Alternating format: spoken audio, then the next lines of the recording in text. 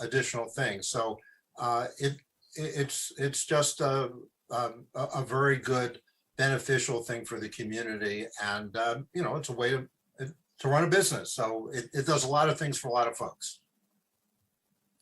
Thank you. I see a hand up, Finda Reichert. Yes, unmute yourself. You have the floor. Go ahead. Hi, thanks for listening to all this. I am actually the coach of gymnastics. I coached at Nittany Gymnastics for 10 years since we relocated here. My husband also works in the area. These girls dedicate their athletic careers to a sport and whatever they choose, and that has been my passion in life as well. This kind of facility adding to the community only strengthens it, in my opinion. We take all these girls that have grown up here, and boys, but primarily I coach the girls, but we take all these girls and then you give them roots and give them confidence, and that just only grows throughout all the other programs around.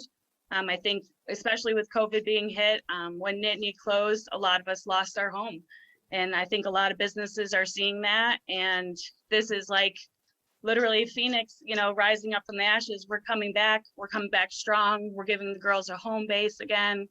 And that's going to help all those businesses around it, from Lowe's and Home Depot to Otto's and Barrel 21, and everyone loves Wegmans. Come on. So, you know, it's a multi-purpose area.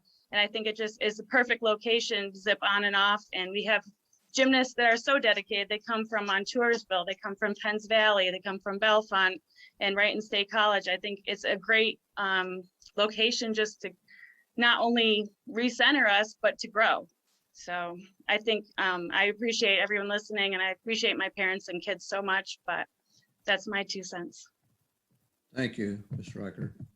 Anyone else wish to address the board on this topic?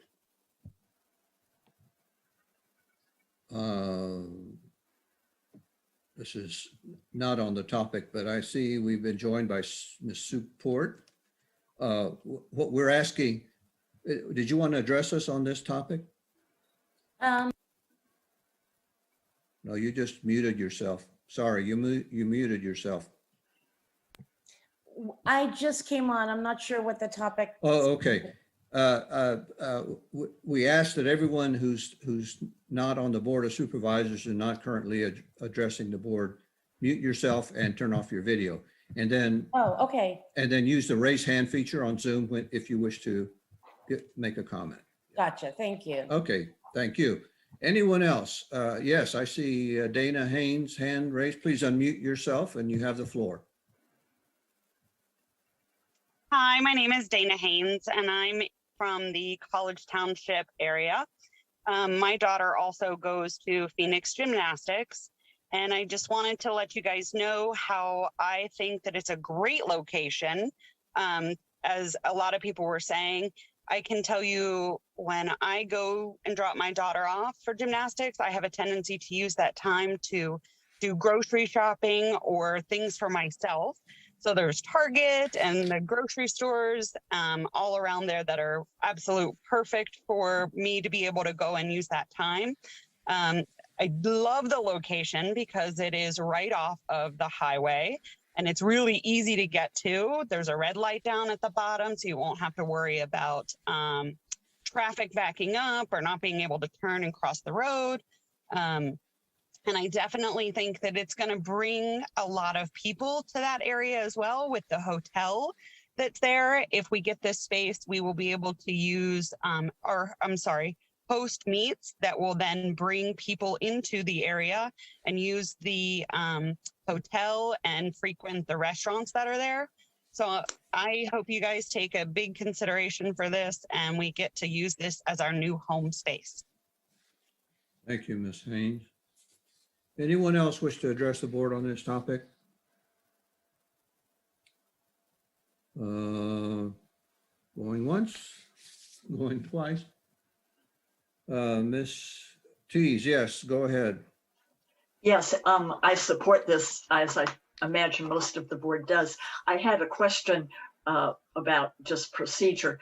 the Center County Planning and Community Development Office had recommended that we add a definition of fitness center to the Patton Township zoning ordinance under number 175-6 definitions of interpretation of regulations. And I just wanted to ask if that will be so added to define fitness center in our definitions in our zoning ordinance code.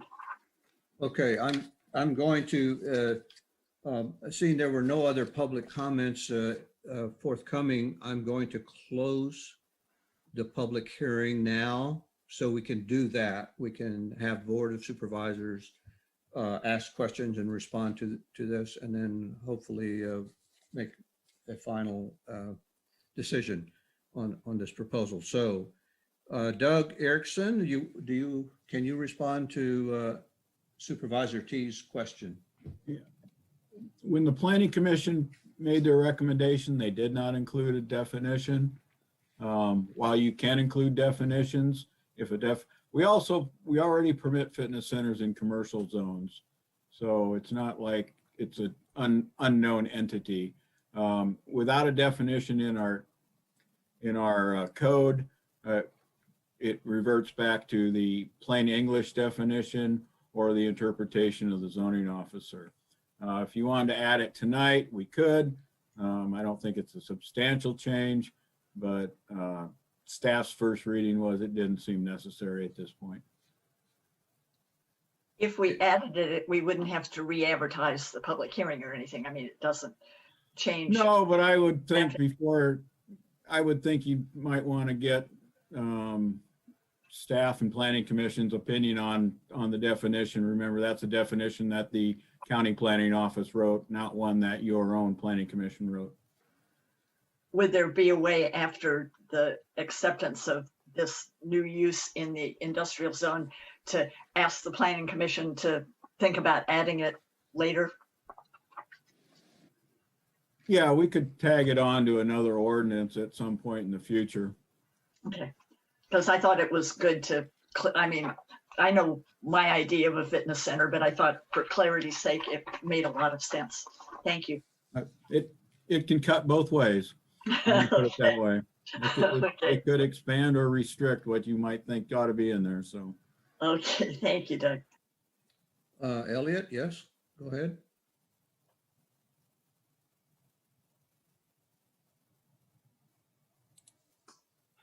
I just think it's a great idea and we should go ahead with it. Okay, any other questions or comments from the Board of Supervisors? Ms. Robb, yes, go ahead, you have the floor.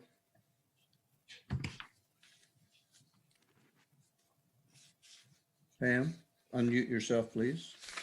Thank you. I would like to make a motion that we move forward without delay.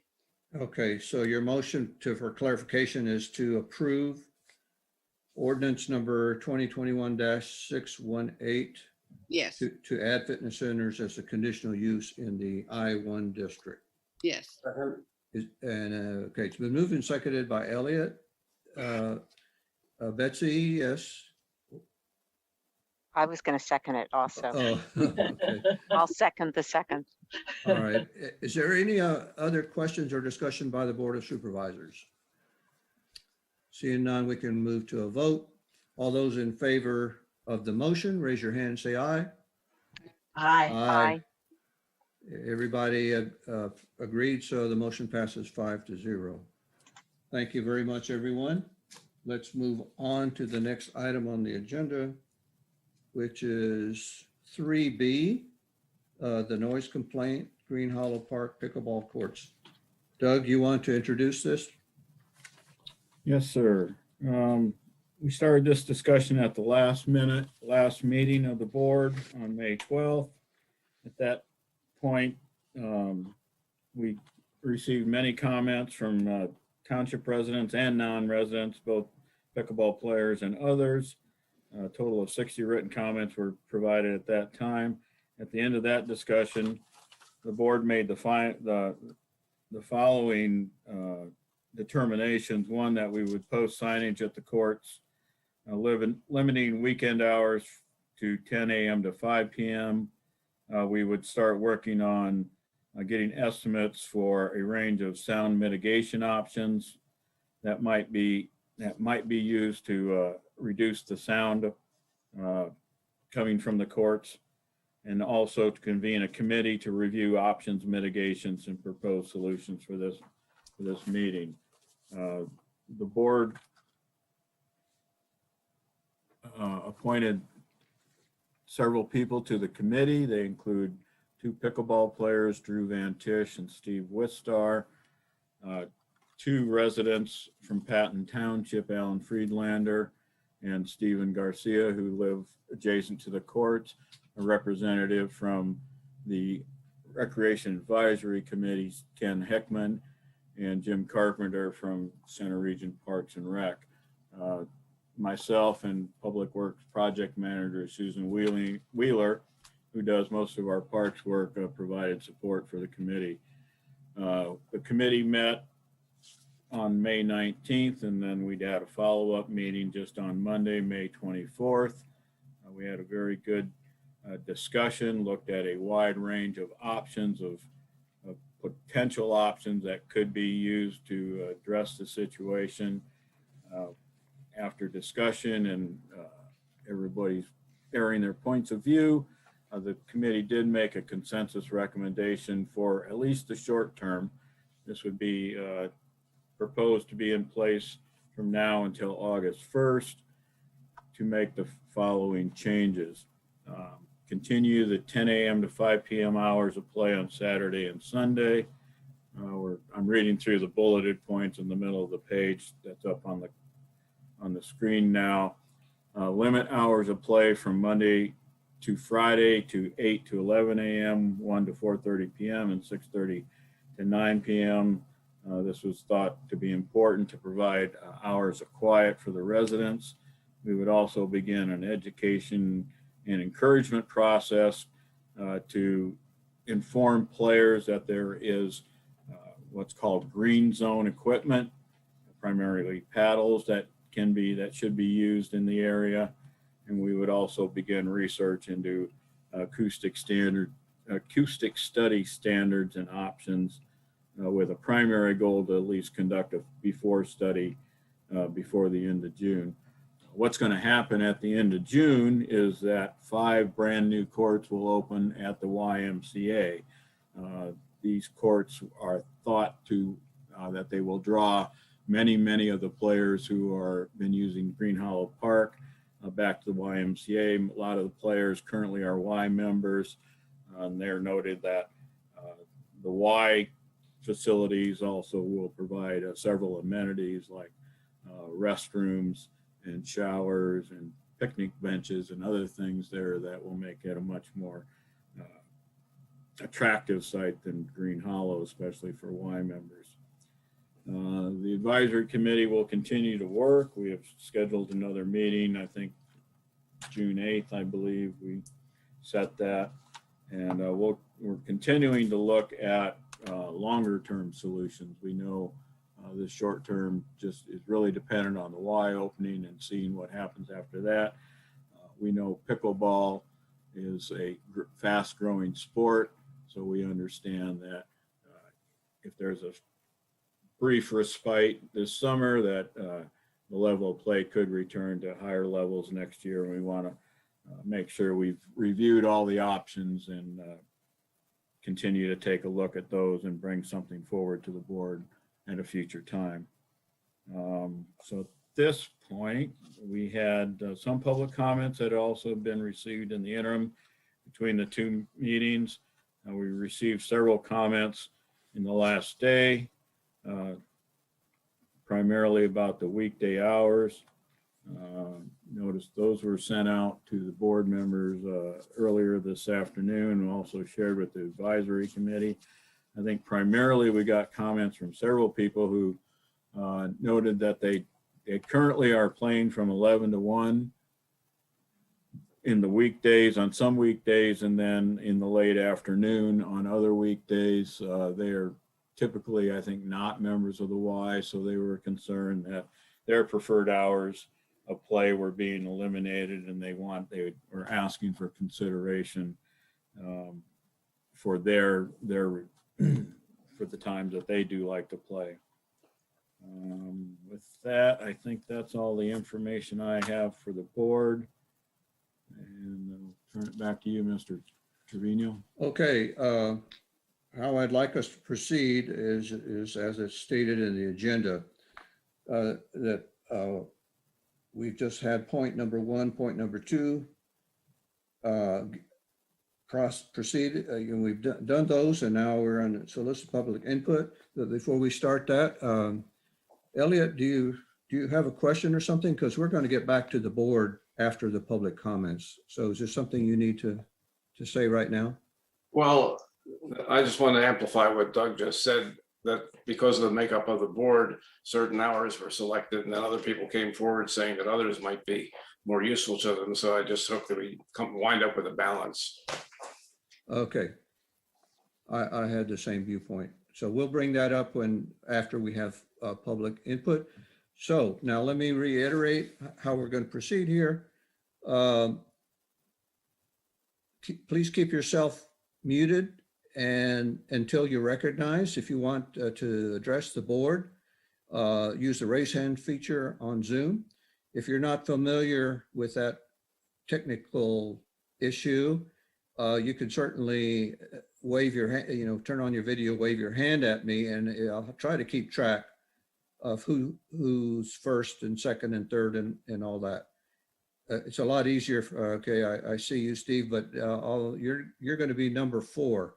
We're going to start with, okay, it's getting complicated here. Who was first? I think it was Maylene. And Dan, can I think I need to make a comment. Oh, go ahead. To be part of the record of this meeting, you're going to have to provide verbal comments. So putting notes and statements in the chat is not going to be sufficient at this point. I know it seems more efficient, but so that everybody has the same chance to be heard, we're going to ask that you provide your testimony orally. So again, you can put things in the chat, but it's not going to become part of an official record of this meeting. Thank you. Thank you. All right. I'm calling on Maylene because I remember, I think she had hers first. So please. I'm using her Zoom, if that's okay. And Yes. I'm not sure how to put the video on there. That's fine. You don't need video. Go ahead. Yeah, but I know Park Forest really well. My son went to Park Forest Elementary School. I work, so the hours in the evening and late afternoon are very important to me. I can't make it any other hours. We can't play before 8, which is before work. So already our hours are very limited. And I actually wanted to use the video because I do play pickleball in Philadelphia. And they have residential parks that have dedicated courts in residential areas. In one area, which I submitted a picture, you're literally less than 20 feet away from the back of their house, and you can have a conversation with them without raising your voice. At the Green Hollow, I think if I yelled, I still couldn't have a conversation with the people in the houses on the hill. So all I'm saying is there are dedicated courts in residential areas, and this place that I sent a picture, they actually have court lights. So people play there till about 9 at night. And there are no complaints, and it's all street parking in Chestnut Hill, if you know where that is. And they have no problems with that. We're talking multiple houses right next to the pickleball courts, 6 of them, and 2 tennis courts and basketball courts. And if you can pull that letter and just show the picture, you would know exactly what I'm trying to describe. And this is how it is in other residential areas. Here, we're being limited on when we play, and we're a very respectful group. I don't think there's a problem in terms of noise. I don't hear anybody playing music, yelling. We just want to play pickleball. If I could show you the picture, maybe my wife can turn on the video for me. Here, I can see if I can figure this out. I'm going to move on. I can call you for a second comment after we've heard from everybody else, if you're able to Okay, pull that all up. right, thank you. All right, thank you. I've lost track, but I'm just going to call you, and everybody will have a chance to speak. So I apologize if I called you out of order. Stephen Esky, you're next. Unmute yourself. Thank you for the recognition. And I may be off topic here slightly because as a resident living across the street from the park, we really don't hear the pickleball being played from where I am. We're on the corner of Cornwall and Sierra, but I do have very strong concerns about the parking. Ever since the Parks and Rec made the recommendation that players park on Sierra Lane, it has basically turned one side of the street into a parking lot. At any point in the day, there can be as many as 13 to 14 cars parked down the street along the entrance side of the park. This presents a number of safety issues because of the shape of the street, Sierra Lane. The park entrance is at the top of a hill with a right-hand curve approaching the hill. So as you're driving up Sierra Lane from Park Lane, essentially you're driving into a blind curve. Anybody turning left onto Cornwall Road is turning blind to oncoming traffic, as well as there are numerous children that live in the neighborhood that cross the street at the intersection there to go to the park. The intersection is also a school bus stop, and just from my years of living at the area, bicycles that are climbing up the hill tend to use a switchback pattern to get up the hill. And for me, it's really a consideration of parking and safety for the residents in the area. And I would just like the board to consider what options we would have for parking. I know it was moved off of Park Avenue, which is a level straight street. I don't really want their neighborhoods to have a lot of traffic and parking either, but it is truly a safety issue that for my wife as well as the neighborhood residents here. Jeff, And, yours is ready. I would like the board to consider this and to consider alternative parking issues or plans for the people who are playing pickleball. I don't have any issues, as I said, with the noise, but it is another issue with the pickleball courts and the parking plan for the players. Thank you. Thank you, Mr. Esky. Next, I call on Gregory Huff. You unmute yourself. Go ahead. You have the floor. Thank you.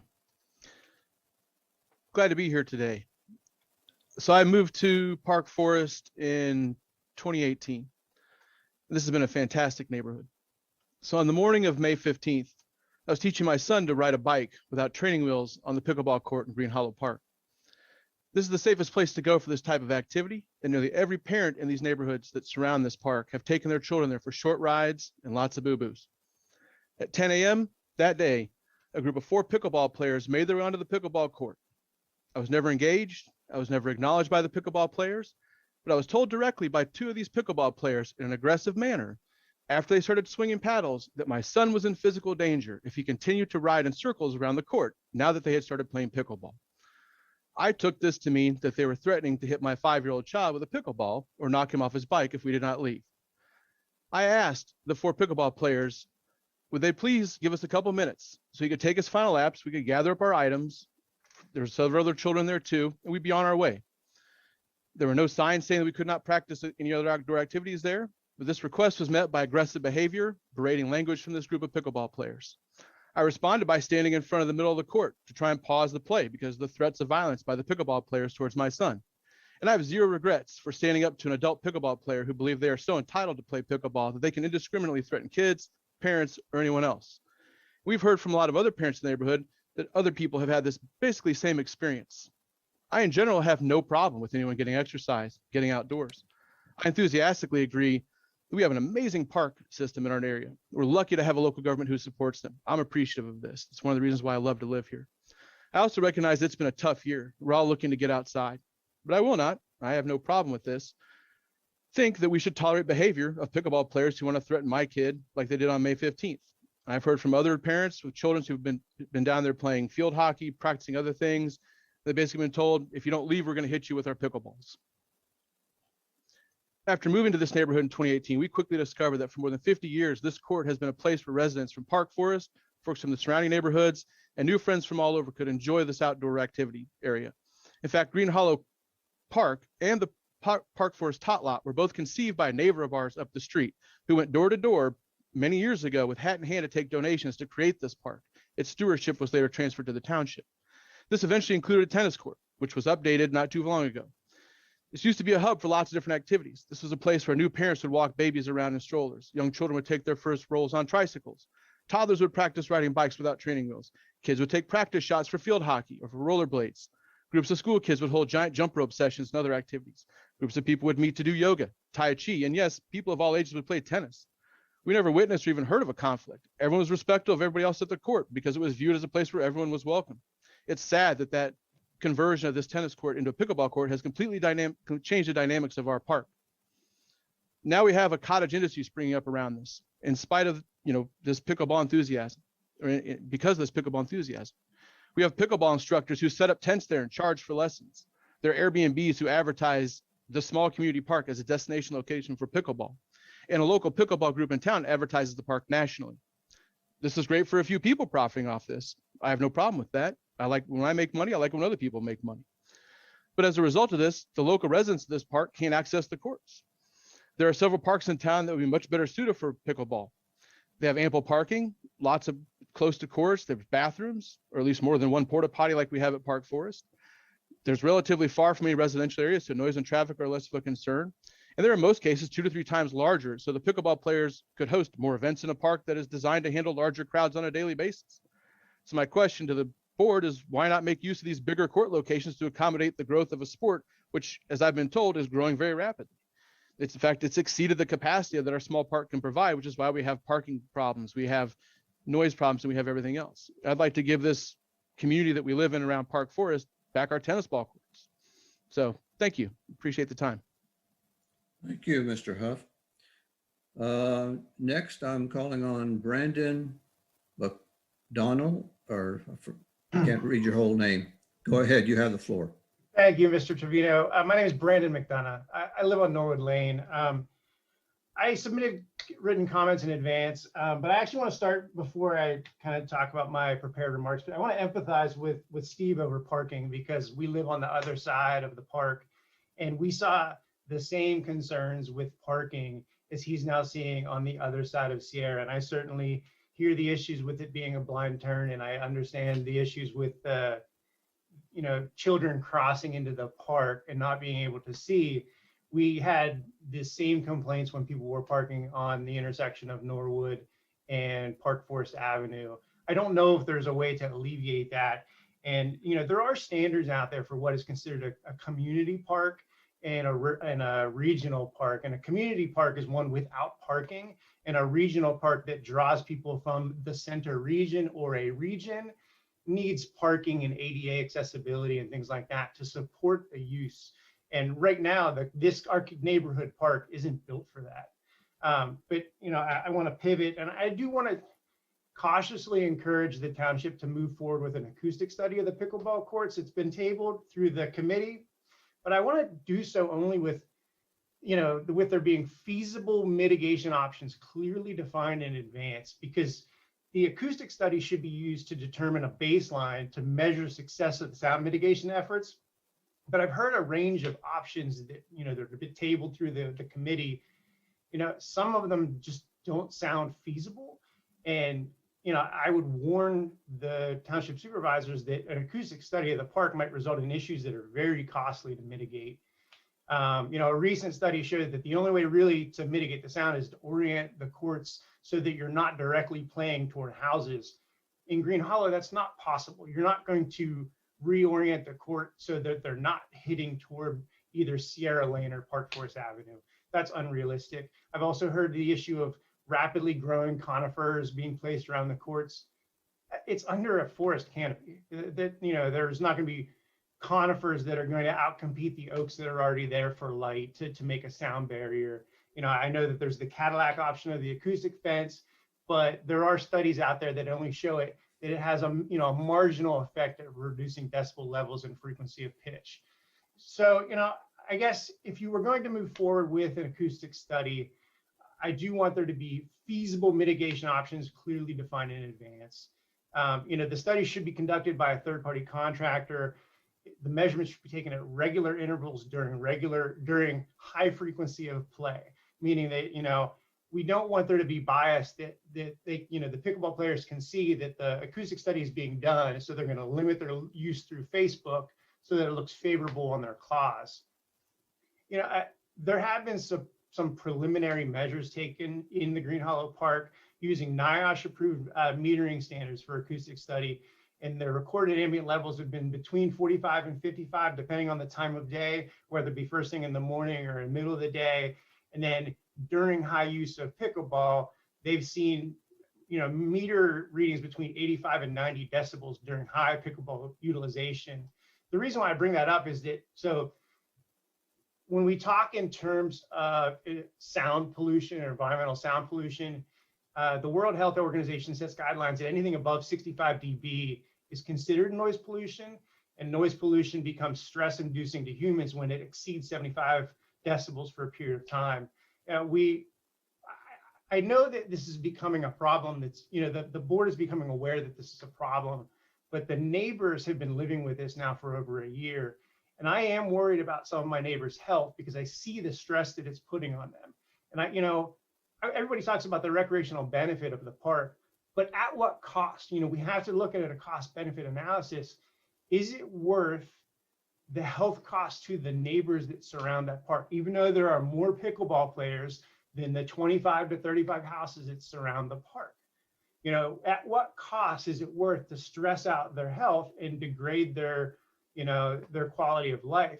The municipal code, section 150-5 states that a noise that is plainly audible at 50 feet and disturbs the peace or comfort of the residents is in violation of the noise ordinance.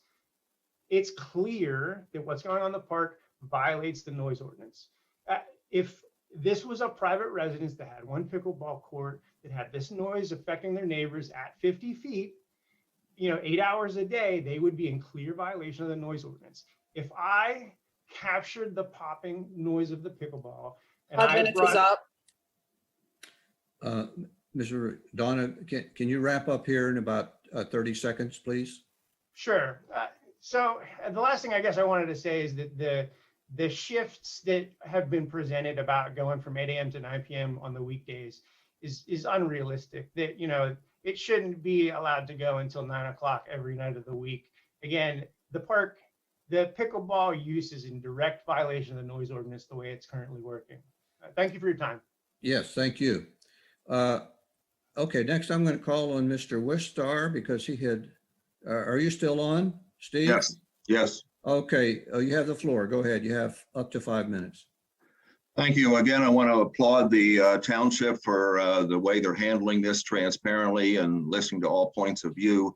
I wanted to speak early in the proceedings because I'm a member of the advisory committee that has met twice since the last meeting. But before that, I want to say in response to an earlier comment that I played at the park probably 300 times since the pandemic began. I play in the afternoon group, and I was racking my brain the last few minutes trying to remember any kind of confrontation or any kind of dispute between anybody. And I just want to share that the earlier characterization of some kind of dangerous pickleball players smashing balls at people is so far from my personal experience in this community. I mean, I would not tolerate that myself. So I just wanted to share that. But going back, and I felt it was important early in the proceedings to say a little bit about the advisory committee that made its recommendations to the meeting tonight. Two of us from the pickleball community were chosen because we were at the last meeting and we represent fairly large groups of people that have been playing at the courts. Drew represented the morning players, and I've been organizing a group that starts at 1 p.m. Each day for the last 15 months. So we were chosen because we were at the meeting and it kind of made sense because we represented large groups. Now, so we had our meeting. Doug was great at facilitating the attempt to make a compromise. And in that process, we discussed some reduction of hours. And I will freely admit that I was at that time, which was 2 days ago, unaware of some of the other folks who were playing at other parts of the day. And so I've had an education, so to speak, in the last 48 hours about other people that play at other times. And that might have changed my opinion on what I would have done 2 days ago as far as recommending hours. It was basically recommendations coming from, an awareness of our groups, but a lack of awareness of other groups. So I don't have a solution right now, but I wanted to point out that I am now aware that there are other people who really value the courts at different times of the day. And so I just wanted to share that for now. I'll stop at this point. Okay, thank you, Mr. Wistar. Next, I'm calling on Wayne. Wayne's iPhone here on my screen. Unmute yourself. You have the floor, up to 5 minutes. Hi, thank you, Mr. Trevino. I'm going to keep my video off. I'm traveling back from a pickleball tournament in Atlanta, so not getting a great signal. But I just want to try and address a couple things. First, I do want to tell you, Mr. Trevino, that 7 emails were sent to Doug Erickson and Chief Jolly that clearly displayed a much different event on what happened on May 15th than what that gentleman said. The aggressor was that gentleman. He was the primary aggressor, not the pickleball players. And I also want to tell you that we stopped in concern that his kids were going to run into a player, injured the child, or a player, not that anyone was going to hit anyone with a ball. I've been playing out there as long as Steve at a different time. No altercations, no issues other than that May 15th event, which I think there's 7 people on record that will attest. It was a very different picture than what was painted by that individual. I apologize that that happened. It was not a good place for kids to see that kind of behavior, and it was, quite frankly, criminally negligent that they put their kids in that position. Very disappointing to see parents do that. With that, I want to address the time constraints and echo what Steve Wistar said. Between Steve and Drew, I think they probably represent about 30% of the pickleball players. What I will tell you is that the other groups that play outside of those times are the ones that kind of got missed. And I think a much more reasonable compromise, Ken from I think Parks and Rec during the meeting on Monday said that he recommended an 11 to 8. I think a very, very reasonable time for the pickleball courts is 10 to 8. That meets with what the residents requested, which was 10 to 5. So it gives them the morning compromise at 10. And the biggest group we're trying to reach are the people that still work, that come out there with their children from 4 to 6, that go out there and play with the family. And that's the group we don't want to miss and exclude from this, because they're just a separate group that aren't part of any email chains or anything else. They just see a pickleball court, they know it's a family activity, and they take the kids out there and do this. I will tell you, I think that the 10 to 8 compromise is probably the best for the community. It meets with the homeowners if they really are trying to compromise. It gives them the 10 a.m. start. It lets the community still have access to the courts. And quite frankly, having the time slots, I think will lead to more issues, managing it, trying to make sure people aren't going out there at the wrong time. Obviously, a group of college students were out there before the 10 a.m. start on Monday, and the police were called, and they were innocent. They weren't trying to be malicious. They just didn't read the sign because it wasn't a permanent big sign, and went and played because they didn't know the times had changed. And I think that would help eliminate that kind of thing if we just have one time slot, 10 to 8. And then I do want to close and tell you that on that altercation on May 15th, one of the individuals admitted that they had planned and staged that event to create a confrontation. And I'm so proud of the pickleball players and how they handled it and did not engage and did not allow a confrontation to occur. Once again, I strongly recommend to the board 10 to 8 as a compromise, and we'll obviously stand by any decision you make. Thank you.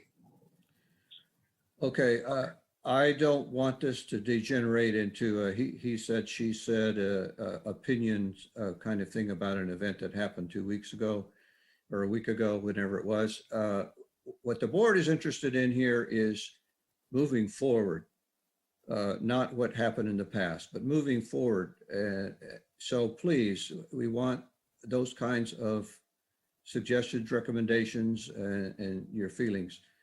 Now, I'm going to now call, and trying to rely on my poor memory, I'm going to, and I apologize if you've been standing by waiting. I'll get to you eventually.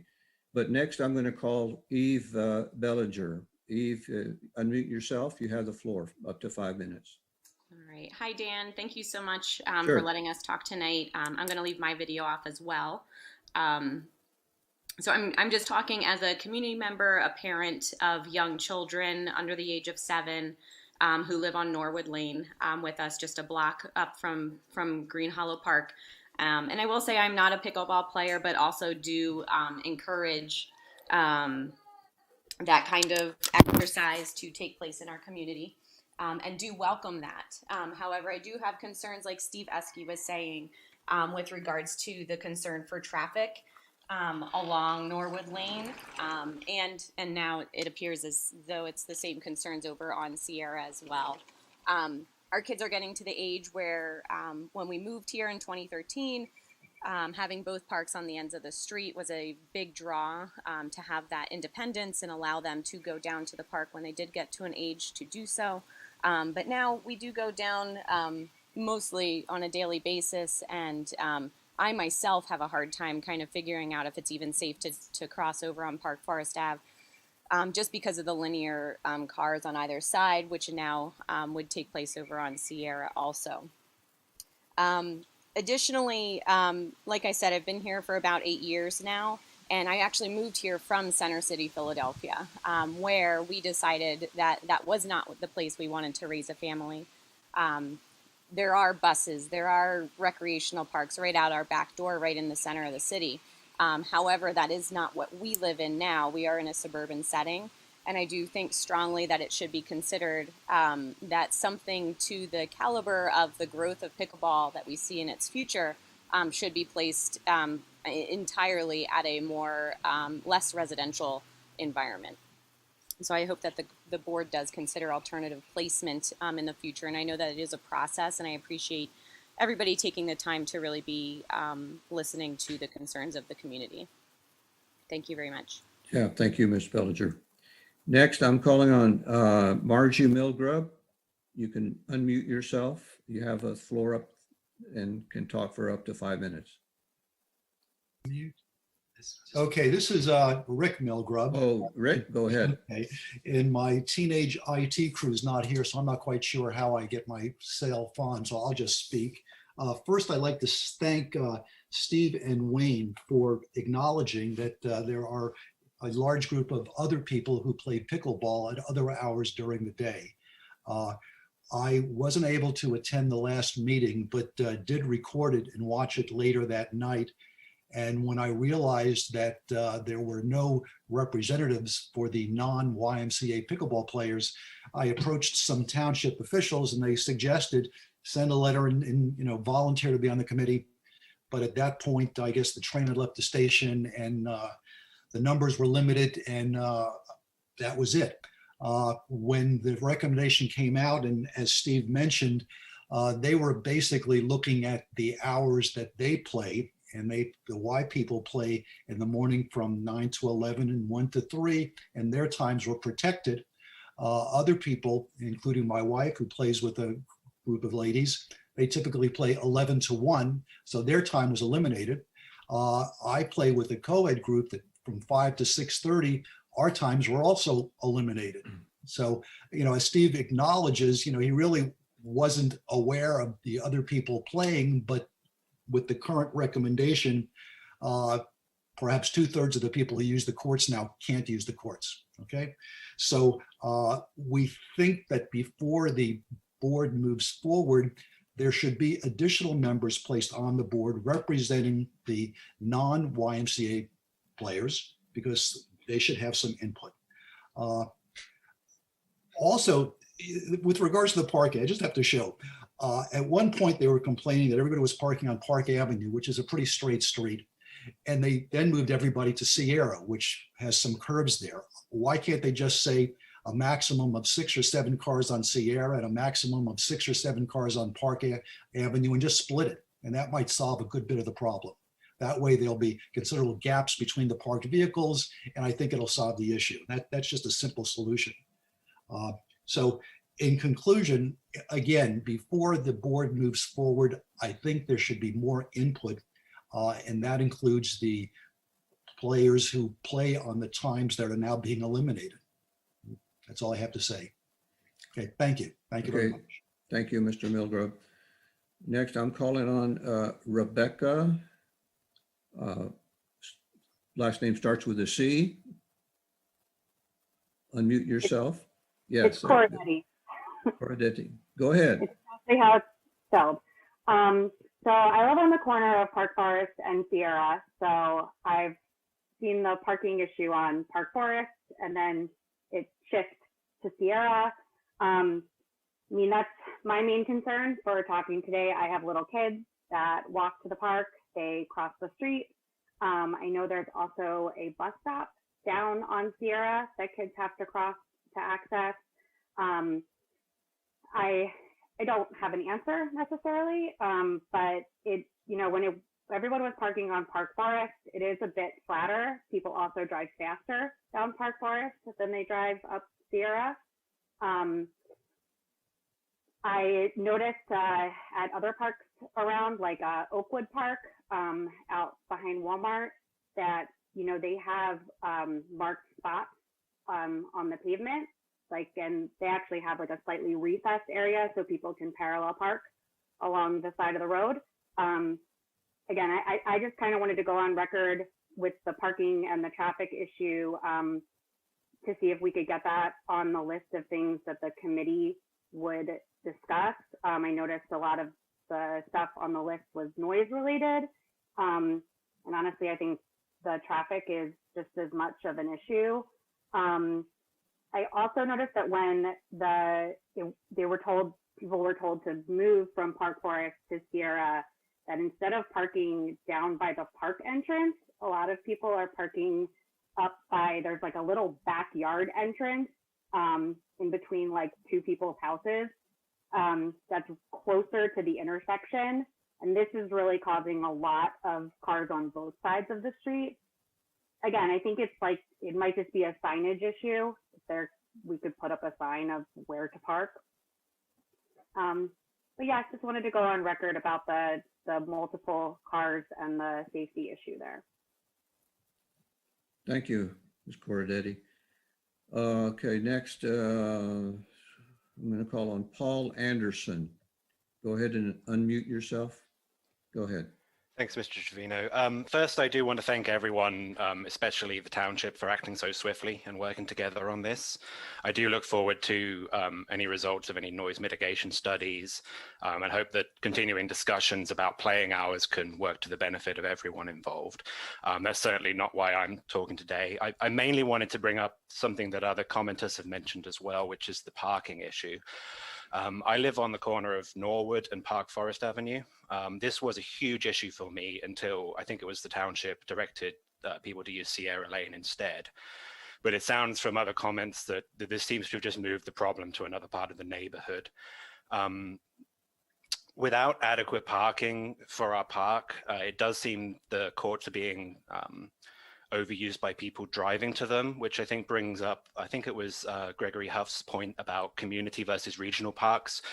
Clearly, Green Hollow Park isn't built to be a regional park. We don't have the parking necessary. And the fact that so many people have brought up these concerns and we don't seem to have a good answer to them, I think shows that we are trying to force a regional park on a community park. And that is shown by the amount of people driving rather than walking, being able to walk to the park here.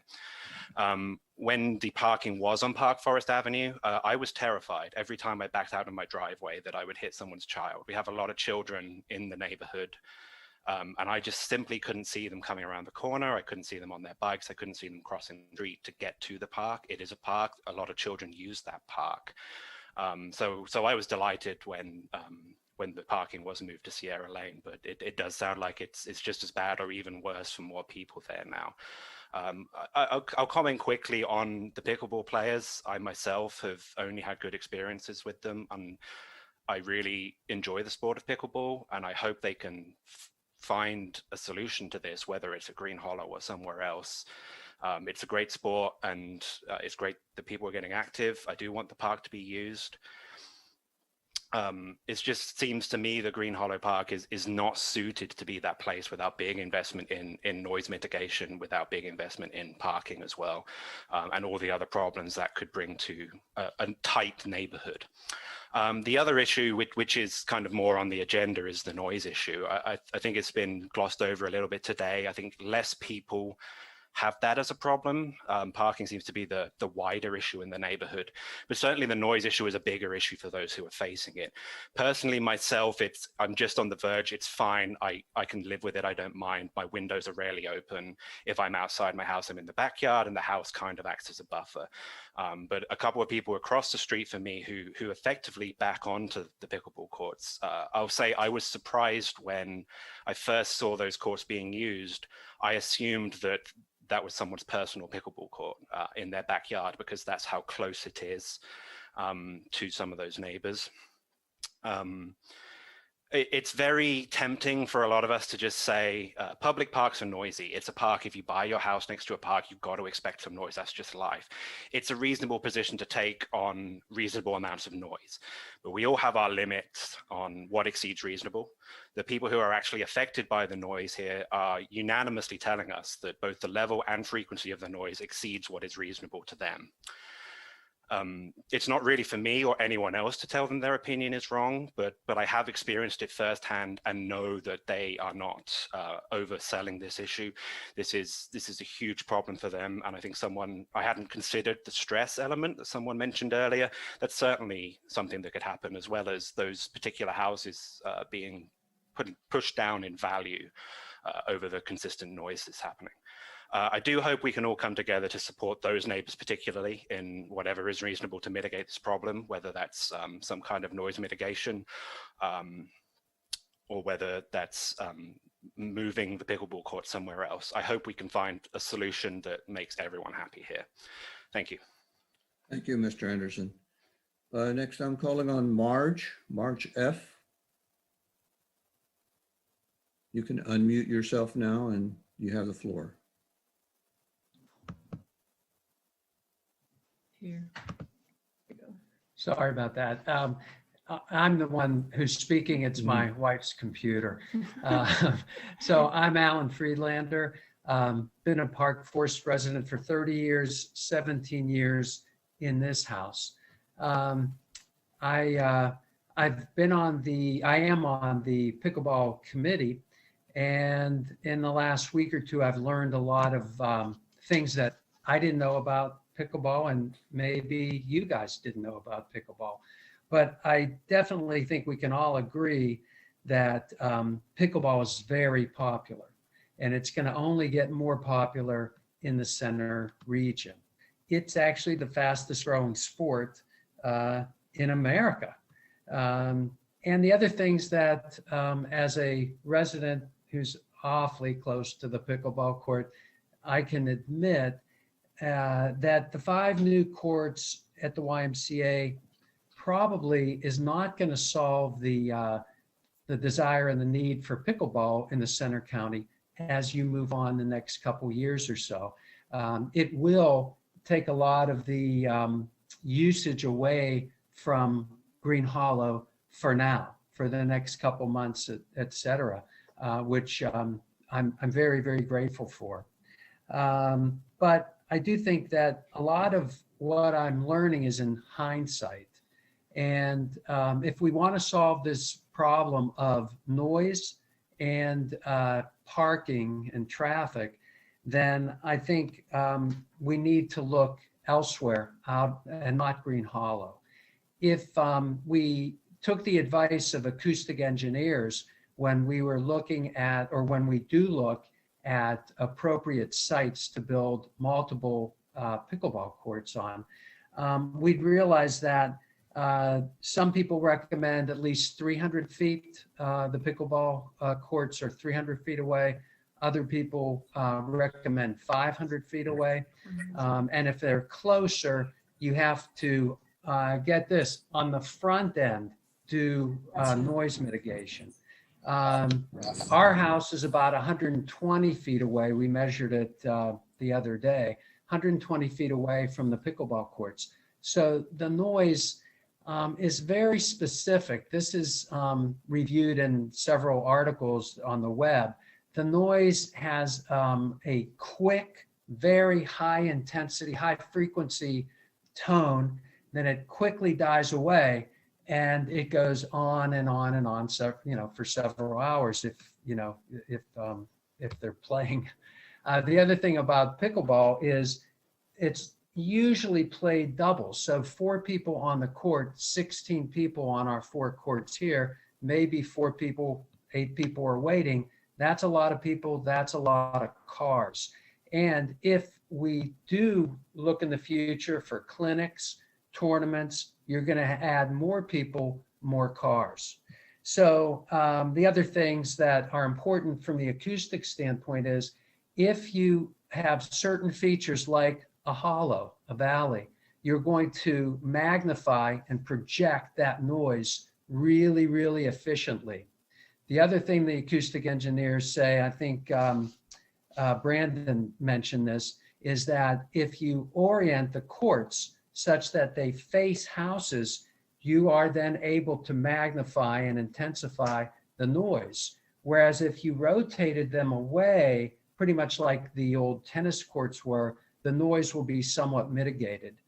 This noise is a special high frequency. I think they call it decibel A or alpha, something like that. And the engineers that do testing or remediation have to have a specialty or a niche, or you might say niche, in that particular area. So we have to be careful when we do these studies. And just like Brandon said, they have to be done, authentically, honestly, or we won't get anywhere. And my worry is that if we spend a lot more money on testing, on trying to mitigate, and they say you can mitigate maybe 10 or 20% of that noise, that's it. And then it's still a nuisance and, is undermining your peace of mind, then we've just spent more money that is kind of down the drain. Whereas if we now or in the near Time's future, up. oh, darn it. If we decide, okay, we're gonna return it to tennis courts, we know what the cost is gonna be. The other thing about this, and I don't want to belabor it and I need to end, is once again, we do not have a parking lot. That is kind of a big deal. Yeah. And Okay, thank you. I hope we don't build a parking lot. Yeah, thanks. That point has already been made. Thank you very much, Mr. Freelander, and for your service on the advisory committee. Next, I'm going to call on Teresa Vesio. Terry, go ahead. Thank you so much. Thank you for the meeting, and it's been interesting and informative hearing what everybody thinks. I appreciate all the time everyone has put in. I moved into the Park Forest neighborhood in 1999 on Brittany, which is perpendicular to Sierra. And I raised my kids going to that park multiple times a week the whole time. And I play pickleball. And I would like to put in a request for better representation on this committee. So we have two neighbors, both on the Friedlander side, and nobody on Sierra. So when the first rule came across as a person on Brittany Drive coming up to Sierra, I just giggled. Like, so we moved the problem to the other neighbor's house. And so I'm just asking for better representation across the board and a move away from one comment that was made by a pickleball player. The Friedlanders, the Mazzas, these are my neighbors. And if they're saying that it's this loud, it is this loud. And so it would be convenient as a pickleball player to want to have a set amount of time, 8 to 10 or whatever it is, 8 to 6, whatever day. And that makes it easier for us. But I would actually like to know, I don't know Mr. Garcia, but I would like to know some preferences from people on that side and accommodate the variety of pickleball players. So can we have more representation, neighbors from Sierra, not just that side, so that the committee takes all these issues into account and we come up with something maybe a little bit more creative about how to mitigate the noise. There's also a different amount of use of the courts. I played today at 1 o'clock with the Y folks and all the courts were full and a bunch of people were waiting. I normally play at 11 with women and there's 1 or 2 courts and a fraction of the noise. So, you know, maybe there's some creative solutions if we just got people thinking of both my neighbors and all the pickleball players. And that's my request. Thank you. Thank you, Ms. Vestio. Next, I'm going to call on Audrey McDonough. Go ahead, Audrey. Hi, yes, good evening. I've prepared some statements and responses to what I've been overhearing. And if I turn off my video, it's because I'm going to get emotional. That's fine. You don't have to leave your video on. That's fine. We bought our house in 2016, and this park was such a beautiful draw. And I'm mimicking the comments of some of my neighbors. It's McDonough. It is McDonough. I do want to say quickly, though, that I'm very disappointed with this board, that this situation now has escalated to the level that it appears to be at, that is now pickleballers versus the residents of this neighborhood. Situations have been brought up, have been documented and presented, and the situation now just, and most of these concerns that we as the residents of this community have with children seem to be just moving and populating around this park to the point where I don't even know if I want to send my child down to that park because of the people that are coming in. The fact that it's been identified that this is a growing sport, this pickleball league has the notion that they want to continue growing it, that they want to bring people in from out of state.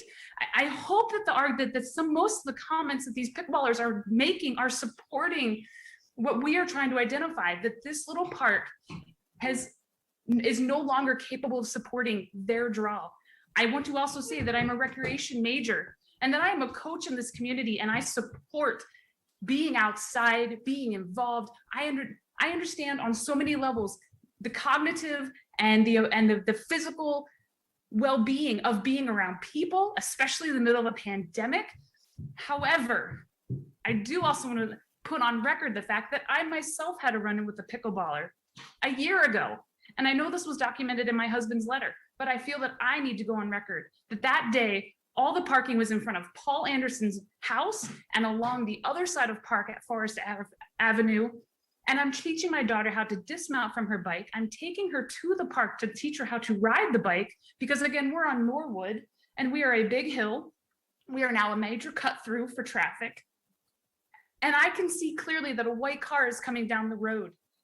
And I have my daughter standing in the road and I'm stopping her like, we need to look around this car. And I can see clear as day that this car is speeding. And I know exactly what this car is going to do. It's going to turn into Norwood to quickly do a U-turn and park in front of the park. And that's exactly what this driver did. At that point, the driver gets out of the car and engages with me with, oh, geez, I'm sorry. I guess this is where you were trying to go. So I was just numb. I was numb to the fact that this was an adult under seeing a woman with her child, knowing where she was trying to go and engaging in that matter versus maybe just stopping and letting me cross the street safely that day. The last thing I do want to say is, again, this issue has been brought up a lot, and it's very important that if we're going to spend, how much money is it worth to put into investigating, identifying, and researching noise versus possibly taking that money and investing in a regional environment where our community pickleballers can come, enjoy their socialization, bring people in from outside of the community, continue teaching lessons and congregating. Never, I have not heard any of my neighbors once reach out and downplay the situation or attack the pickleballers for being here. We're very happy that there is a league in our community, but we have lots of concerns as residents of this community. Lastly, if you were to change this to 9 o'clock at night, I think you would be affecting a lot of our children's bedtime schedules. And I would appreciate that consideration as well. Okay, thank you. Next, I'm calling on Drew Von Tisch. You're on. Okay, thank you. Appreciate the opportunity to speak to everyone.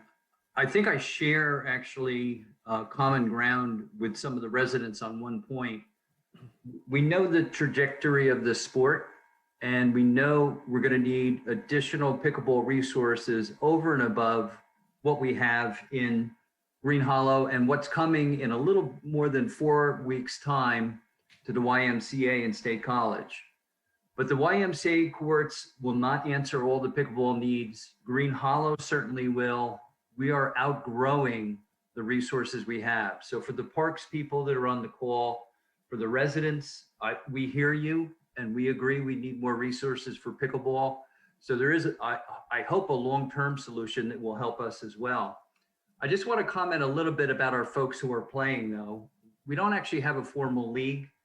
Our players now come from 99.9% are from this area. Occasionally we have visitors who come in and play with us, but we come from Lamont and State College and Boalsburg and Center Hall and Stormstown. And we also come from the Park Forest neighborhood. We have people who play from Sierra Lane and Brittany and Devonshire. We ran a number of courses just in the past few weeks, and 81 new players came, and many of them walked from the neighborhood. So to exclude pickleball from Green Hollow Park is going to exclude your own neighbors who have taken up the sport. Lastly, I would just ask, there's a lot of good points raised and we can debate them for hours on end, that we have mitigation strategies in play.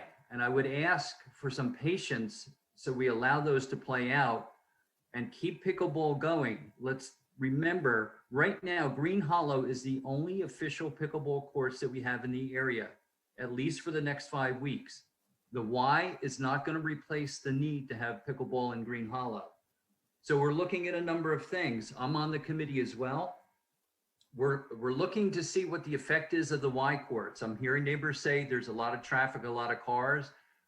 That's going to help with the mitigation. We're looking at the sound effects, and like anything else, what I learned in school is if you want to manage a problem, you need to measure it. So I agree with the residents who said we should be measuring officially, not my measurements, not a resident's measurement, a professional sound engineer's measurement, so we make the right decisions. And I love the decision made by the idea supported by one of the residents. Maybe we should have the parking better distributed, have some of it on Park Forest Avenue and some of it on Sierra. So we're not all congested in one area, reduce the risk. So thanks for your time. I appreciate the ability to say what I have to say on the subject. Thank you. Thank you, Mr. Von Tisch. One more, I'm going to accept one more public comment because we've already been on this topic for an hour. And I see two people who had spoken already and one who has not. So I'm going to let Mr. Payne, Jim Payne, give us his comments, and then I'm going to close the public comments after that, because I think we've heard all points of view. So Mr. Payne, go ahead. Thank you. I have just a few comments, and watching this as it's been going along. Number one, as far as all of the comments in entirety, there has been quite a few positive pro pickleball courts from around Patton or Park Forest. I live on Sierra Lane. I haven't picked up a pickleball paddle since November 2019, mostly due to winter and then the pandemic. At a minimum, I would like to see in the long run at least 2 pickleball courts left in Green Hollow. As far as parking, the parking problem went in stages. First of all, it was requested that no one park on the one side of Park Forest, only on the park side. The next step was, well, Center Region Parks can't get into the park to do their thing, and they enter from Park Forest. So what I would like to know or have someone look at is, can there be a parking zone where Center Region can get into it? And at the last Board of Supervisors meeting on Zoom, I chatted to Pam Solokungis and said, do you have a set schedule? And she said, well, yes and no. If there's an emergency or a change of some sort, then things move around. So in other words, they don't have a set schedule by her comment. Somehow, perhaps they can get the word out that next Wednesday we'll be in Green Hollow Park to do our maintenance. We need parking space to offload the equipment. So parking is an issue. I can see that. I think it will drop drastically whenever the Y opens up their 5 outdoor courts. But the sport's going to keep growing, and to do away with all the pickleball courts in Green Hollow is a disservice to many of the residents of Park Forest. And that's enough for now. Thank you. All right. Thank you, Mr. Payne. Now, as I said, I think we've given opportunity for the public, plenty of opportunity for over an hour now to address the board. So I am now going to move on to having a board discussion. So Board of Supervisors only, please. Questions or comments from Board of Supervisors? I see both Anita and Elliot. Elliot, you go ahead, and then Anita next. First of all, look how fortunate we are in our community. We have so many intelligent people who are talking about something in an intelligent way. I think it's fantastic, and I hope that you at some point volunteer for boards. I remember growing up in Philadelphia within the city limits, and we played out in the street all the time. And so the only thing we had to worry about at that time was getting rid of the last dinosaurs that were still in existence at that time. And of course, we don't have to worry about that today. I think that as quickly as we can, we need to find other parks in which we can have pickleball. Burnell Road Park, I think, is one. I wouldn't be surprised if some room could be found in Circleville Park. Certainly one of our regional parks, or more than one. And we're in a situation where this sort of came upon us, and our naivety is the reason why we have this problem. I think when we first talked about it 5 or 6 years ago, okay, this would be great to have some courts of this type if the other courts weren't being used. And that was pretty much the sophistication of the discussion at that time. And the courts were in bad repair. And so we had to have some work done. And this was a way of having work done on the surfaces and making them more useful. But obviously it's created a problem. Now, I think there are 3 basic problems right now. One, what do we do for the rest of this summer? 2, how do we get this so that it won't be a problem next year? Some things move slowly in local government, but some can move more quickly. And this is one that should move more quickly. And third, is the parking, and we don't have a parking facility there, and that is because it's a local park. I remember when I coached baseball, and the kids on t-ball and everything, we played in there, and I think everybody walked to the park because we lived pretty close by. We lived in 3 different houses in Park Forest, and now we live a little farther away. But in any case, we do need to definitely solve this problem. And the quicker we can move it to a place that's suitable, the more positive the effect will be for the people who want to play, and the more the negative can be taken away from people who are being truly annoyed by it.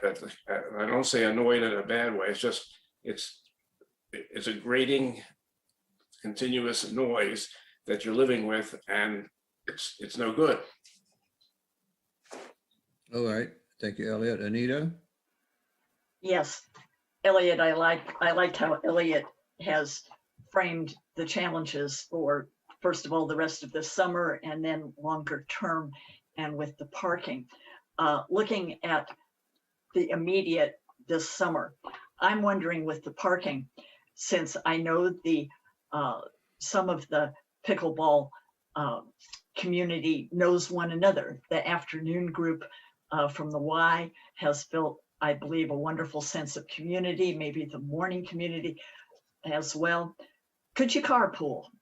Could you intentionally, in your letters to folk, when you're announcing what the weather will be and who might be joining up with whom, even the women who are not part of the Y, who play on the morning, the co-ed group that plays late in the afternoon, could you, as a favor to the neighbors and the parking, could you begin initiating carpooling and have wonderful conversations with your neighbors on the way? That might cut down some on the number of cars. Looking at the Sierra lane parking by the park entrance, and since that was my idea, it was brought to my attention today about the line of sight when you're standing at the Cornwall Road, and the fact that the parked cars on the one side can create a line of sight problem for cars coming up from Park Lane who want to take a left into Cornwall. I mentioned that in an email to our township manager, and we do have Alex on the staff who could do a line of sight study if we were going to block out on the street, parking and not parking, to alleviate the line of sight issues, because it is a challenge. Dear sweet Sierra goes up and around, and when you're at Cornwall looking up, I can see if you had 8 or 10, and I walk my dog frequently all around there. I do pick up, but I've seen sometimes there are as many as 8 or 9 cars. I think that's the exception, but there are moments that happens. But if we can identify at least line of sight for those folk who are crossing down Sierra at Cornwall, and so you would have folks park closer to the entranceway to the park on Sierra, just short term. One other item, it was mentioned about children riding their bicycles in the pickleball courts. I've lived on Cornwall for 45 years, and it's my understanding that bicycle riding, hockey playing, wonderful activities are not permitted in any of the fenced-in court areas of the parks in our region. There used to be a sign when it was tennis courts clearly stating no dogs, no bike riding, no other things. Those signs were taken down when the courts became pickleball courts because there wasn't a sign made of pickleball courts.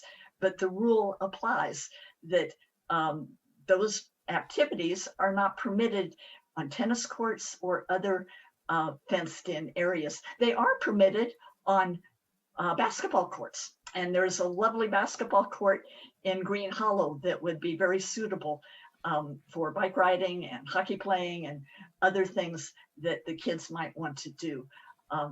Just a point there.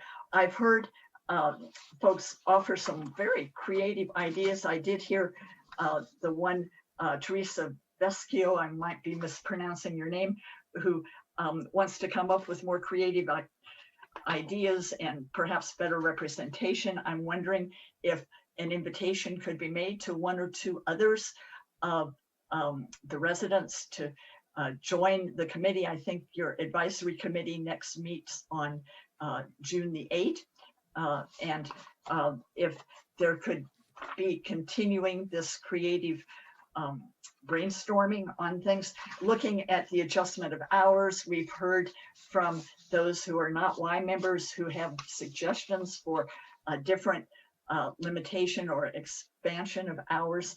I think that should probably happen in more of a advisory committee fashion, but if you're looking for something tonight, you know, the supervisors could talk about hours.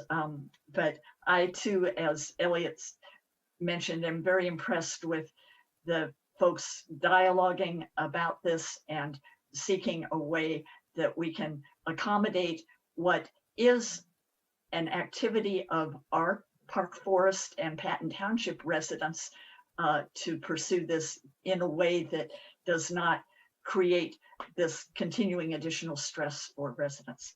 That's my thoughts for the moment. Thank you. Thanks, Anita. Pam, you had your hand up at one time. You wish to make Yes. some? Go ahead. Anita stole my thunder there. I was going to say this, the exact same thing about at the next committee meeting to include residents on Sierra. You know, we always have to have all the players on the field or on the committees to hear all sides, and we haven't. So I think we dropped the ball there, and we're willing to pick that ball up and have the invitation sent out to residents on Sierra, and so we can move forward on this. Summer's coming fast, and we need to address this. Thank you. Pam. Betsy, is there anything you'd like to say or propose? Yes, thank you. Let me take my hand off. Okay, first of all, I do want to thank everybody who spoke tonight. And we had quite a civil and informative discussion. I won't repeat what my board colleagues have said, but I do want to mention a couple of things. So the first, and I think the easiest to address, is membership on the pickleball committee that Teresa Vescio and Rick Milgrub addressed, and the two pickleball members on the committee representing the Y acknowledged that we need broader representation on that. So I would recommend that we reach out to various people, staff reach out to people who've been mentioned on or volunteered or appear appropriate, and see if we can get an enlarged list, more inclusive list. So my biggest takeaway from this came from actually Brandon McDonough, who actually delineated the difference between a community park and a regional park, and that being essentially one of parking. So community park obviously is one that you can drive to. Sorry, I'm just okay.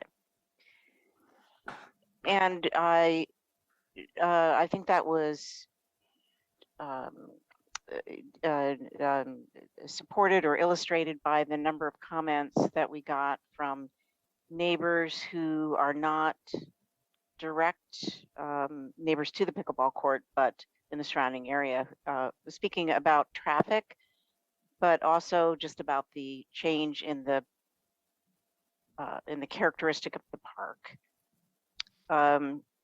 And with the possibility as pickleball grows of this being a destination pickleball court with people advertising in bed and breakfasts or Airbnbs, whatever they're called now, I do worry about that detracting from the neighborhood quality of this park. So I think we need to keep that in mind. However, that pickleball is a growing sport, and you know, I think that we need to go forward as fast as Patton Township, go forward as fast as possible in looking at other sites for pickleball. And I know that there are some possibilities of 2 fields that are in partial development. Maybe they're leveled. There are ones out at our other park, which name I'm forgetting right now. Burnell. Thank you, Burnell. Just a little brain fart there. Okay. So yeah, so I really strongly recommend that, and that we in an ungovernment fashion work as fast as possible on that. Yes, I wanted to thank Paul Anderson for his comments in particular, discussing or describing the noise. I think it's the best description I've heard, and actually I'm conflating things. Alan Friedlander also spoke about, he described the kind of noise being high frequency and long lasting. I think this is a noise that we cannot measure simply at one time with one measurement of intensity. I think it's the quality of noise, not just the loudness of it, whatever parameter that is. And specifically going back to Paul Anderson, who spoke of I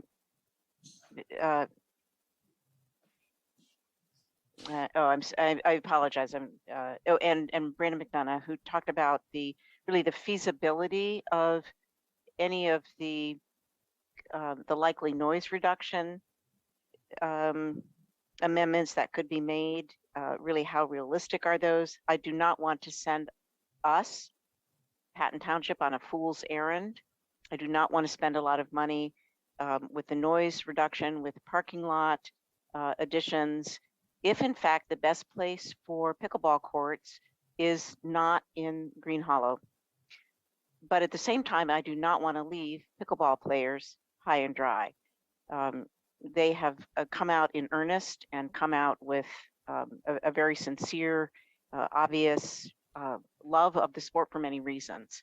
And I want to make sure their needs are met. Let me think. I think I have addressed all of the things that I want to address. I'm just checking over my list. And thank you, Elliot, for identifying what I've also talked about is immediate needs and long-term needs. So we need to have something in place that works for this summer. I can hope that the opening of the courts at the Y will alleviate some of the sense of sort of an invasion from the outside on this neighborhood park. I get that. But we can't rest on the laurels of, you know, the impact of the Y courts opening. We need to, as I said earlier, be very smart and very quick about finding an appropriate location for pickleball courts. Thank you very much. Okay, Anita, you have some follow-up? Go ahead. Yes, on the Burnell Park, those 2 courts that were identified as future potential tennis courts where the land has already been graded flat, I think offer the best early possibility of moving forward. I think it's in, and help me, I think Susan Wheeler's on the call here, is it phase 2A, B, or whatever for Burnell Park? And that I think that could be a very realistic approach. Also, the director of CRPR mentioned in the COG meeting Monday night or some other recent meeting that in the long future, pickleball courts could be considered for a future phase of Whitehall Road Park, but that I think is more problematic. I think our best approach as our township is to look at those court site in Burnell Park. For those of you who haven't spent your evenings looking at the designs of Phase 2A for the Burnell Road Park expansion, this would be up by the tennis courts, kind of, but the land has already been graded. And, you know, it's not far from the parking lot. I know it's on a hill, and the pickleball folk have mentioned that wind is a problem, but one would have to look at that. This is more off near the trees. I think if there's a way to proceed as expeditiously as possible to move with that possibility, I think that could be, in terms of the short, long-term response to where else it could be, that would be the best place. Okay, I have a couple of comments. Oh, Betsy, you have a follow-up? Go ahead. I do. Thanks, Dan. It's actually an addition. I want to address Elliot's comment about the naivete with which this pickleball court developed. When I am planning an event, I often use the phrase, having too many people show up is a good problem, because when you conceive of something and you are working in the unknown, you always want it to be successful. And one of the signs of success is numbers agreeing with you. So I say of pickleball and what we're witnessing in Green Hollow, this is, in a way, it's a good problem to have. We, or the world, has discovered pickleball, which is a great sport for many reasons, and it's taking off. But I do want to address this naivete. When this was put before the board, I believe in 2018, I'm not quite sure, but I was newly on the board, and we've addressed this before. I had never, ever heard of pickleball.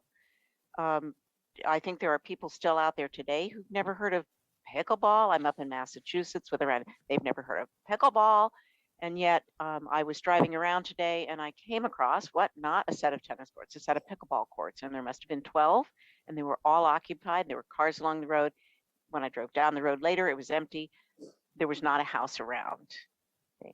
So I really think it is not productive to point fingers. And I think, Dan, you mentioned that. We are not looking back, we are looking forward. If you want, blame me. I voted yes on pickleball courts because I had no idea. And if you want, blame the neighbors who moved to the park years ago. They had no idea what pickleball was. I think neither of those finger pointings are effective, and nor are they productive. And so that's my 2 cents on naivete. Thank you. All right. I very much like to wrap this up for this evening. There are a couple of things we need as a board. We've heard everything. We've heard you tonight. We've read all the submitted comments that have been submitted, both for 2 weeks ago at the board meeting 2 weeks ago, and also submitted since then for tonight's meeting. I think uniformly the board understands the issues. They've been presented to us very, very well. We're in a conundrum because there's no way to satisfy everybody and all your concerns. I think what we want to do is to do the best we can to address the issues that we've heard as best as we can, and knowing that, as Elliot had pointed out, we have short-range, immediate things that we could do to do some partial addressing of these issues, and there are quite a lot of long-term things that we can also do. So there are a couple of things I wanted to say now. As far as getting something done tonight, we had a recommendation from the advisory group. So we need to address those recommendations. And also we had some concerns by people who were left off the advisory committee or were not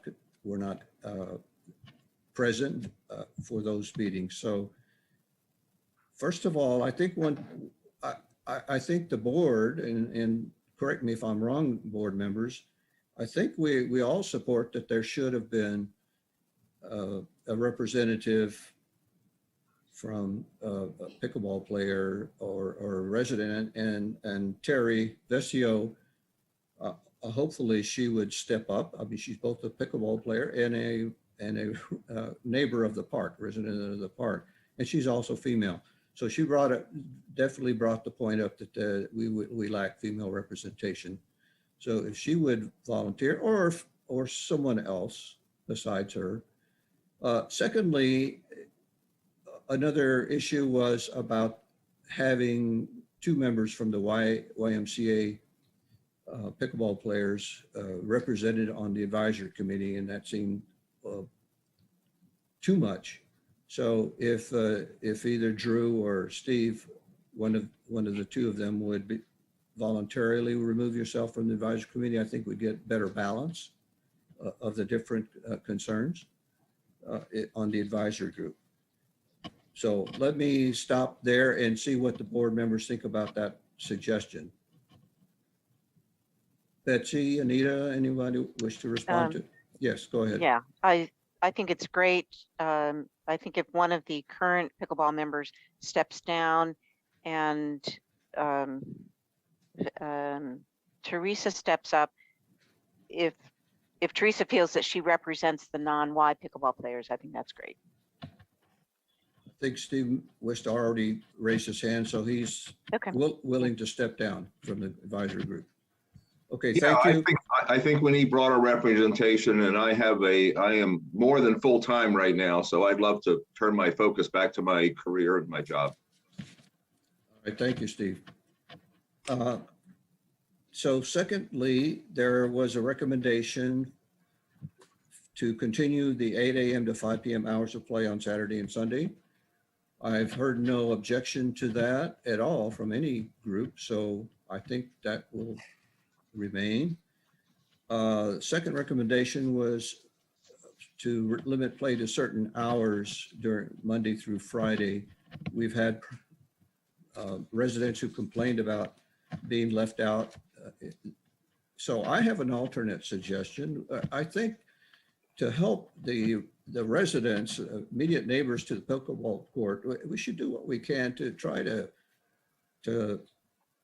constrain the hours of play in some way. So I am going to ask the board to weigh in on this suggestion, and that is to have hours of play Monday through Friday from 9 a.m. to 7 p.m., which should allow those people who are currently using the courts during those times, except for those who play at 8 a.m. Obviously, we would drop that group.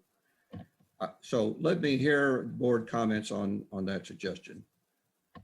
Betsy, go ahead. Dan, first, I think you misspoke about the weekend. The weekend hours, if we were to continue those, I think you said from 8, but the weekend hours start at 10. It's 10.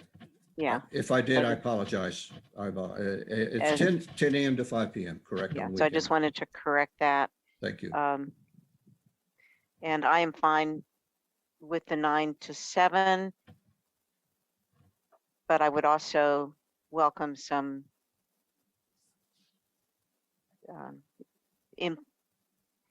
input from the immediate surrounding neighbors. In addition to what we've already heard, I mean, the surrounding neighbors have already given their opinions. Several of them want us to remove the pickleball courts entirely. I'm saying specifically about the hours. About the hours. The weekday. So I just want to give them a chance at the end, perhaps at the end after the board members weigh in. I know you're trying to expedite this. Yes, I am. And I'm just afraid if we open this up back on every item here, we're going to have another hour at least of. I'm just saying about the weekday hours. I understand about the weekday hours, but Rod, That's I it. see you waving your hand, but right now the board is having the discussion, so I'm trying to wrap this up. Anita, go ahead. Dan, is the proposal for 9 to 7, that would be temporary until Yes. August 1st, or what was the time frame? Here's what I would say. The weekend hours, 10 a.m. to 5 p.m., that was proposed as a temporary measure, correct? So I'm not saying we should stop that. I'm proposing a weekday hours as a temporary measure, because the advisory committee has continued to meet, and they could come back to us with a different recommendation. Yes. So, no, I'm not proposing anything permanent here at this point. I'm just trying to help out Sure. the residents. I would support a 9 to 7 p.m. weekdays. And I'd also suggest that with the new addition to the advisory committee, is Teresa still on the Zoom as to I am.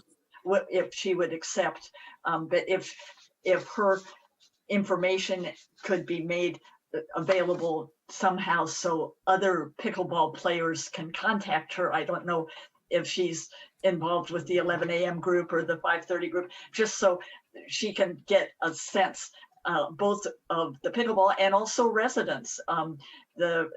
If there can be a way, even an e-blast that said Patton Township is, its advisory committee is meeting, and if you have any comments, please, direct them to so-and-so. But yes, I support the 9 a.m. to 7 p.m. weekdays. And I'll share my contact information right here.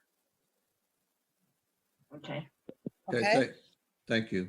Elliot, go ahead. I think that what you've proposed is fine. It's a temporary measure. I think we should start immediately, though, to do planning to find an alternate park and the way to fund it, an alternate place to play and a way to fund it. I think that should start as soon as possible. We can't wait because all we're going to do is aggravate the existing problem longer.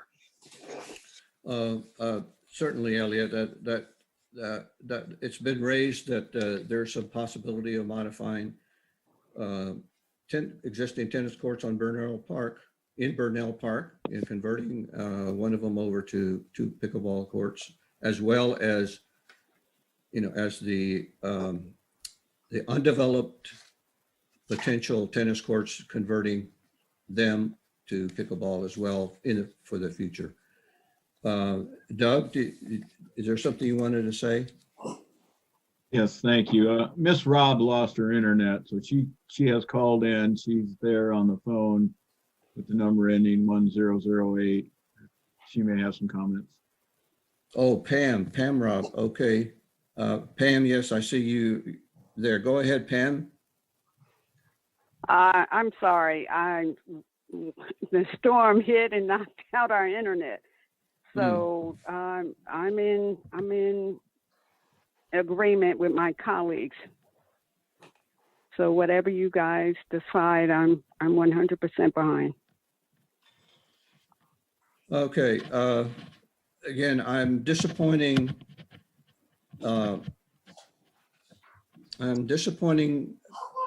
people with this proposal. Obviously, I understand. We're trying to come up with some kind of temporary measure while the advisory committee continues to meet, and while the township continues to explore long-range options of developing additional pickleball courts. Anita, you have a comment? Go ahead.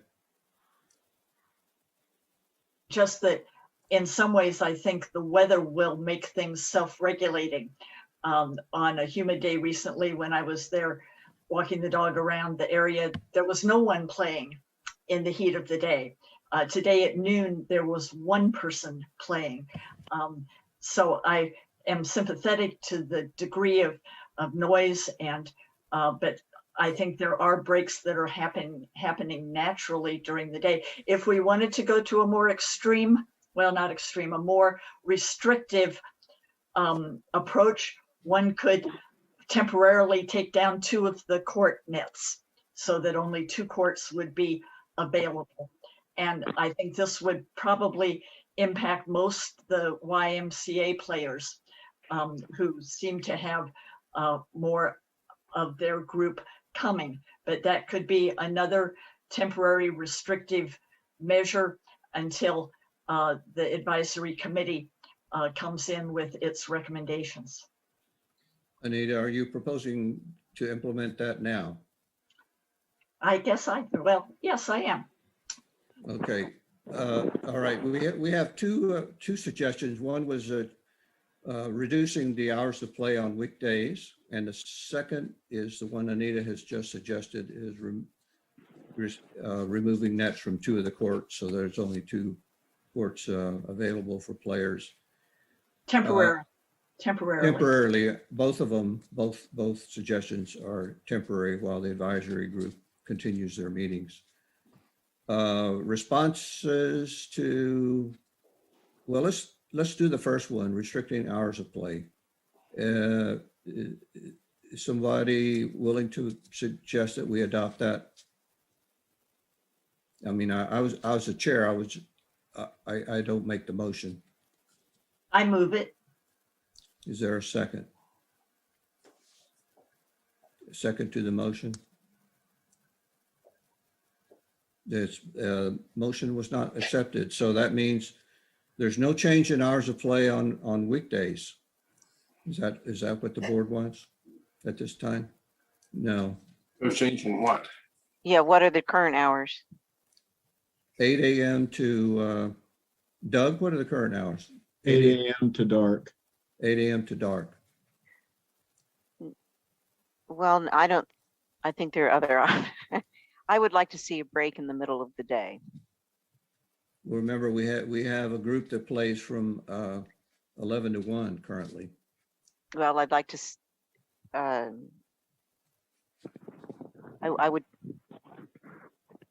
would take even comments from the audience.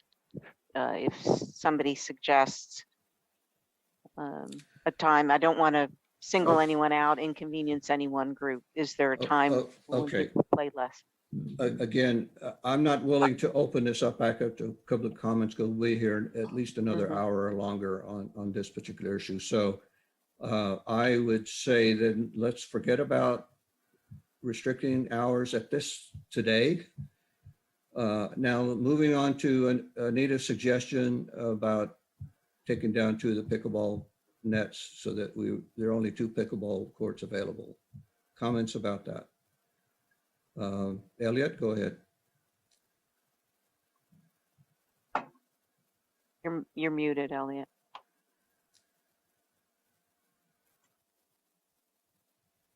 Elliot, you're muted. Being muted is probably a benefit to everyone else, but I don't think, it's May 26th. Summer is here, and summer is only temporary. The time when this can actually be played is only the next few months. I don't think we can cut it back now because these are the only courts that are available.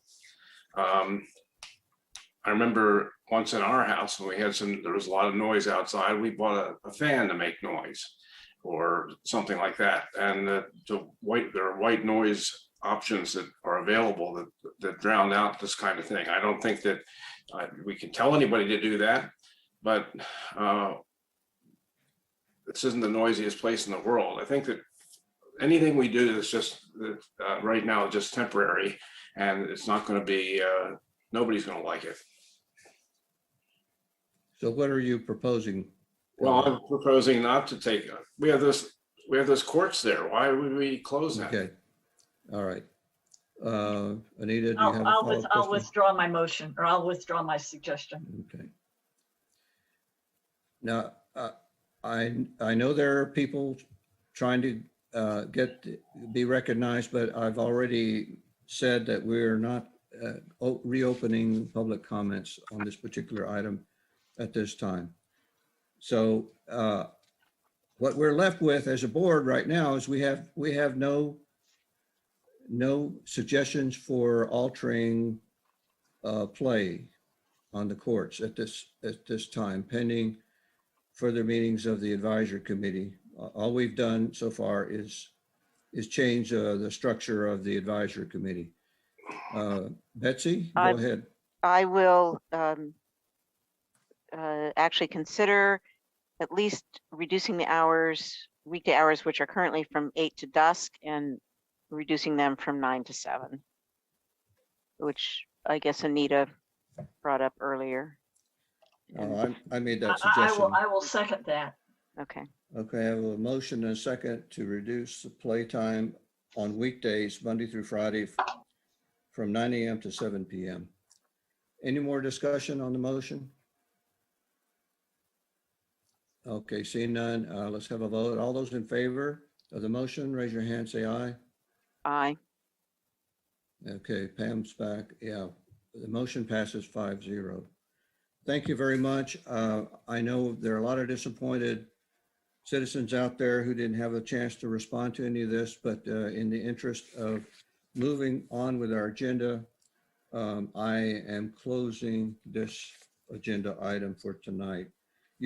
Those of you who wish to make comments, you're free to continue to submit comments in writing by email or by phone to the township as voicemail messages.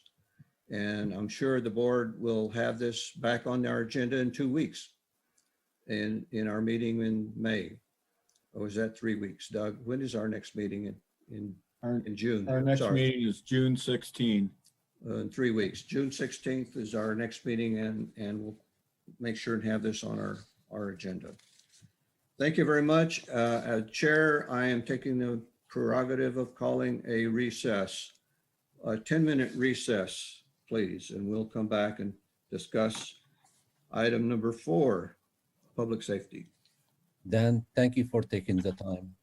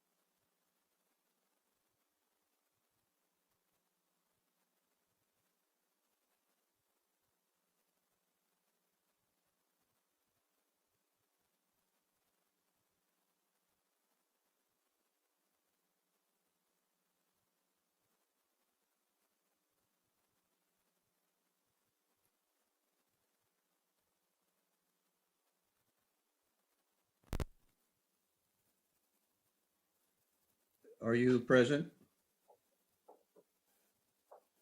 Yes, okay. All right, I call the meeting back to order and moving on. Agenda item 4, public safety. A is update policy discussion on standards for use of deadly force. Doug, do you want to start this? Sure. This is a discussion that we started back in the summer of last year. The specific item we're looking at right now is standards on use of deadly force. On April 14th, the board did receive presentations about update on things we'd talked about before, but wanted to make sure everybody had another chance to hear it. We talked about Pennsylvania law on use of deadly force from the PA Crimes Code, reviewed the current township police department's policy on use of deadly force, and Dr. Ben Jones, who's a Patton Township resident, gave a presentation on his proposed model policy. Chief Jolly did give the board a proposal on changes to the use of deadly force at the April 28th meeting.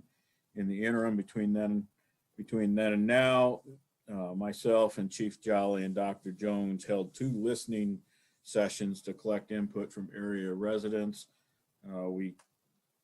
These sessions lasted 90 minutes each. They were fairly well attended with between 15 and 20 people on each session.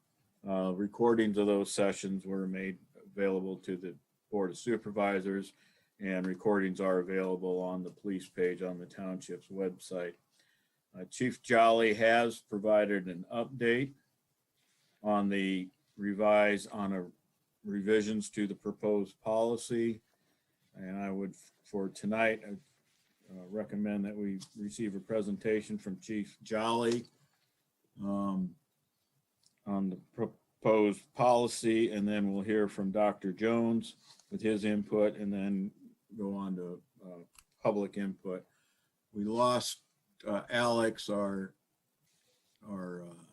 meeting host. So Tyler, did you have PowerPoint or something? Okay. No, I don't. I just had the document that was submitted. So. Okay, I'll put that up. So bear with me. I'm your tech guy for the moment, and may take me a little bit to get some things. Let me get things up and going here. For the board members and the public, I presume what you're going to put up, Doug, is the attachment item 4A.1. Is that what you're going to put up? Yep, that's what I'm working on. So supervisors, if you have that document in front of you. Tyler, if you. It looks like this. So while you're working on that, Doug, Tyler, sure, why don't you go ahead with your presentation? Okay, yep, thank you very much. And the document is kind of in the format of how we generally have our policies published here inside the police department. So, so I kind of put this into a format that is something that we're used to seeing here, and something that after we come to an agreement will be with final product what it will look like. Some of the changes, though, that I've recommended that we add to our policy. The very first 2 paragraphs of that document are additions to the policy from how it currently looks. The first paragraph basically just states that the Patton Township Police Department recognizes and respects the value of all human life and dignity without prejudice to anyone. Police officers have been delegated the awesome responsibility to protect life and property and apprehend criminal offenders. The apprehension of criminal offenders and protection of property must always be subservient to the protection of life. And the officer's responsibility for protecting life must also include their own. The second paragraph simply states the Patton Township police officers shall endeavor to exhaust all other reasonable means of apprehension and control before resorting to deadly force. And officers shall not unnecessarily or unreasonably endanger themselves or others while applying this policy to actual situations. So again, those are additions that were not in our policy from before that I'm recommending we include as part of our discussions. The next section is some definitions. We have the definitions of reasonable belief, serious bodily injury, a forcible felony, and less lethal force. The section following that is for use of deadly force to destroy an animal. I mentioned that during some of our listening sessions that that is living or working in the area that we work in here. It's something that we encounter from time to time when an animal has been injured, and it's more humane to put it down.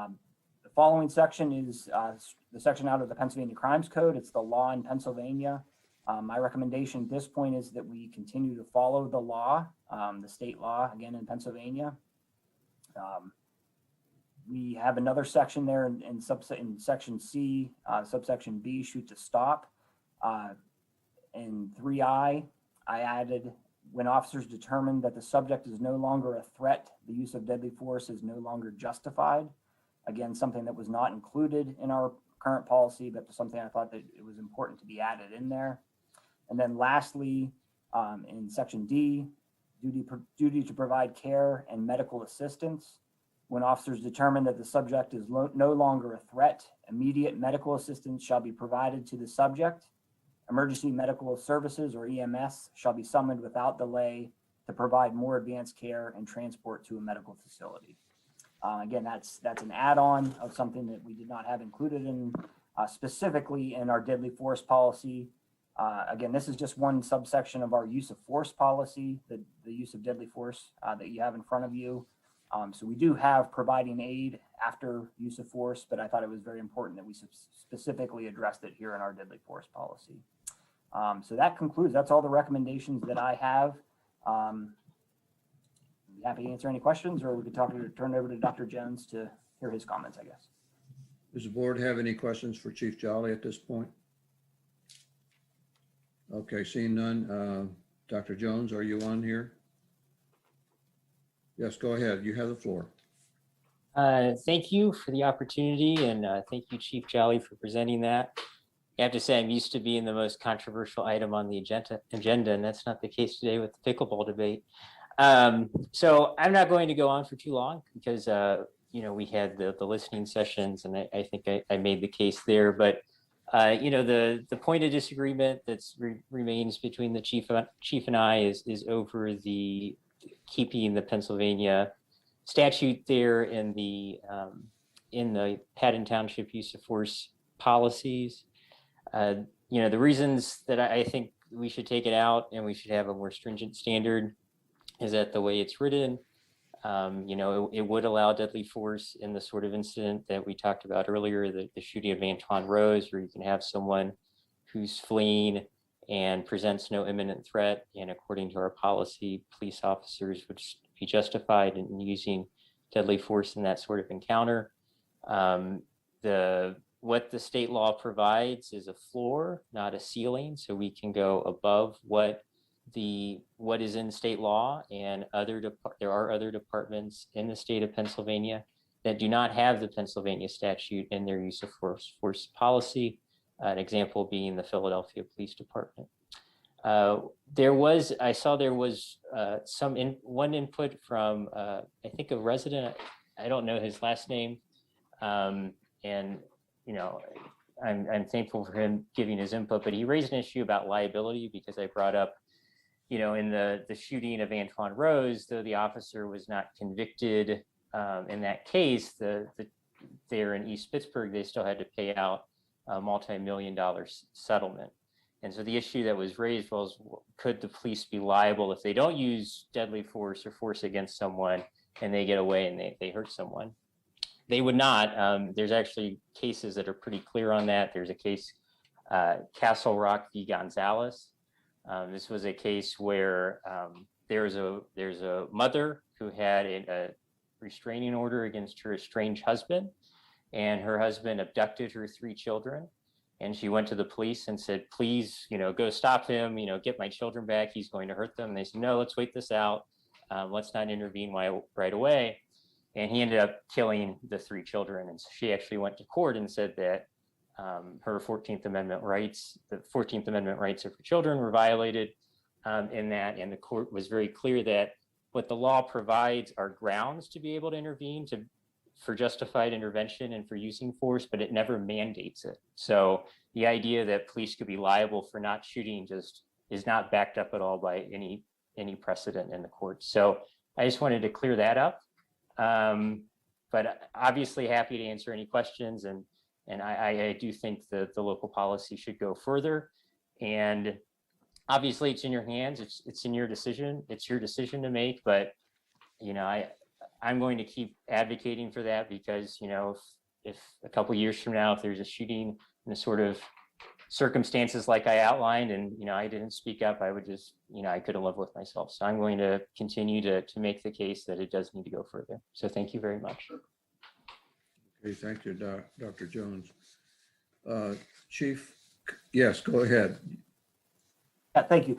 I think the one thing that Dr. Jones and I definitely can agree upon is that we'll probably never ever be able to come up with the perfect policy that is going to be able to sufficiently address every possible circumstance that you know, our officers can come across that could possibly lead into a deadly force encounter. You know, our policy manual, it's a guide, it's a compass for our officers to try to help point them in the best possible direction when they're faced with making a very serious decision. You know, they're basing that decision off of what they know, the circumstances that are presented to them, sometimes in the split second that they have afforded to make that decision. You know, we ask our officers to follow the laws in the Commonwealth and to enforce the laws in the Commonwealth.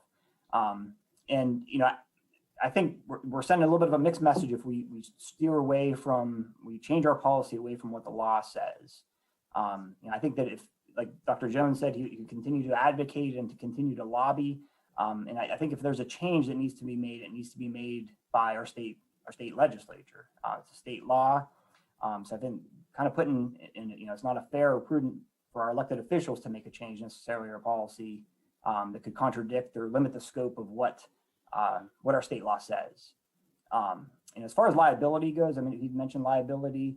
You know, the one issue that I think that we might have if we narrow our policy away from what the state law says, like Dr. Jones said, it's not a ceiling. You know, the state law is the floor. If we narrow it down and an officer is following what we narrowed it down to, and they're concerned that they may face discipline or termination if they do not follow our department policy. However, you know, so they're following our department policy. The state law may have given them other options, but they're following our policy. And what happens if there's an injury or a death to one of our officers because of them following our policy and not what necessarily what the law had said? So that's a concern of mine. During the listening sessions, I don't know if anybody had a chance to watch them. I believe it was Mr. Price on the Thursday session made mention of an important issue, I think, and something I've talked about is consistency among our agencies, particularly here in the Center region and Center County. Right now, the way our policies are written, they are very consistent. Patton, Ferguson, and State College Borough are all accredited agencies by the Pennsylvania Law Enforcement Accreditation Commission. So we have certain standards that we have to abide by and certain policies that have to be in place.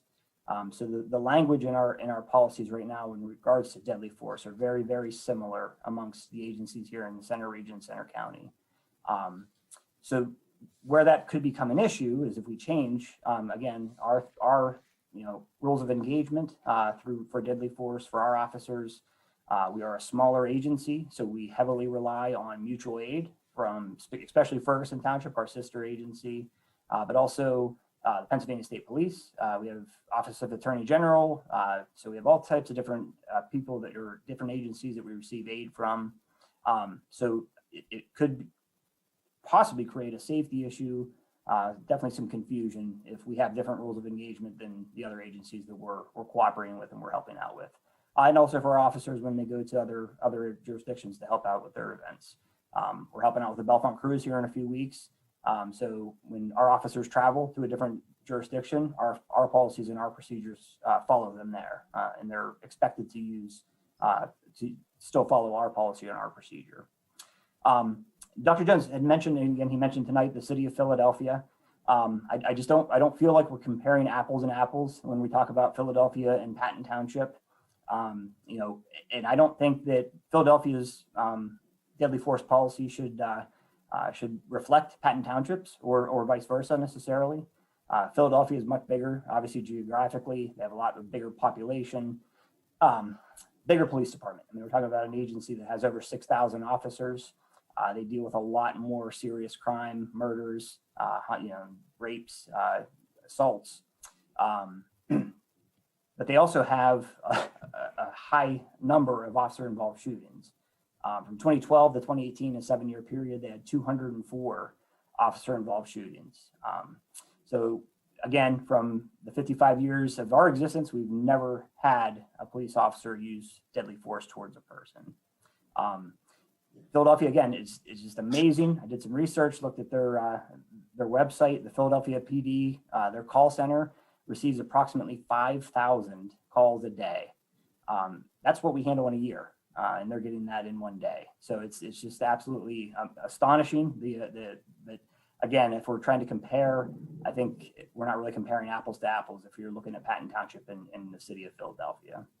And just lastly, real quickly, I just wanted to mention, there was some talking about the clarity and how the law is written and making sure that our officers understand it.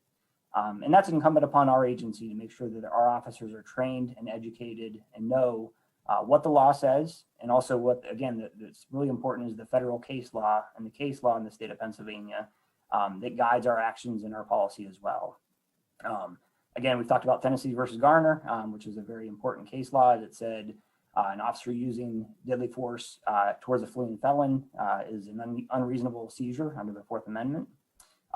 So our officers receive training on this every year so that we have a clear understanding that, you know, a fleeing felon, unless they pose danger to somebody, to our officers or to somebody else, we cannot engage that person with deadly force.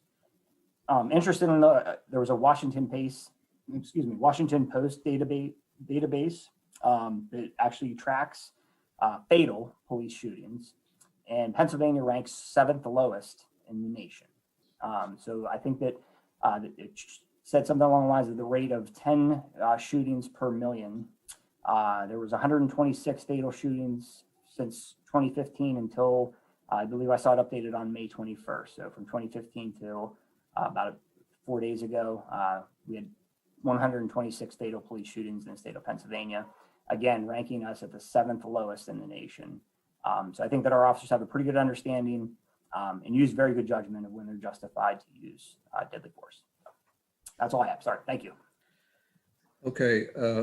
We're going to have public comments, but I wanted to allow members of the board, if you had questions for Chief Jolly or Dr. Jones, you could go ahead and ask those questions now before we move on to public comments. Elliot, go ahead. I'm not a police expert, and I don't think anyone on the board really is. I don't really think in terms of numbers, it's going to make that much difference whether we go along with the state standard or with Dr. Jones's standard, because the number right now is quite low. And so I'd rather go, I just think we need to go with our own leadership of our own police department and trust that it's correct. We've seen no evidence that it's not. And I think it will be easier for the officers if it's not confusing as to what they're supposed to do, if their regulations are the same as others. I'm pretty sure that if one department in the county makes a mistake, that something will change. And unfortunately, somebody might be injured or worse by the mistake. But I think for now, I'd rather trust who we hired as the police chief. Okay. If none of the other supervisors have specific question for the chief, I'm going to move to, go ahead, Betsy. Sorry, I couldn't find the raised hand. Chief, I just had a question about the shooting, the fatality numbers that you just gave us, the 126 fatal police shootings. Do you have any diversity data on that, racial data, gender on that, those numbers? It is listed on their website. I did not copy any of that down though. I believe they do have it broken down by race, gender. Okay. Yeah, and they actually have the locations of all the incidents as well. Great, thanks. And give me that URL for that. We'll share that tomorrow. Okay, Or yep. put it in the chat. Okay, let's move to public comment. So do we have anybody here who wishes to address the board on this particular issue? Either use the raise hand feature on Zoom or just turn on your video and wave at me.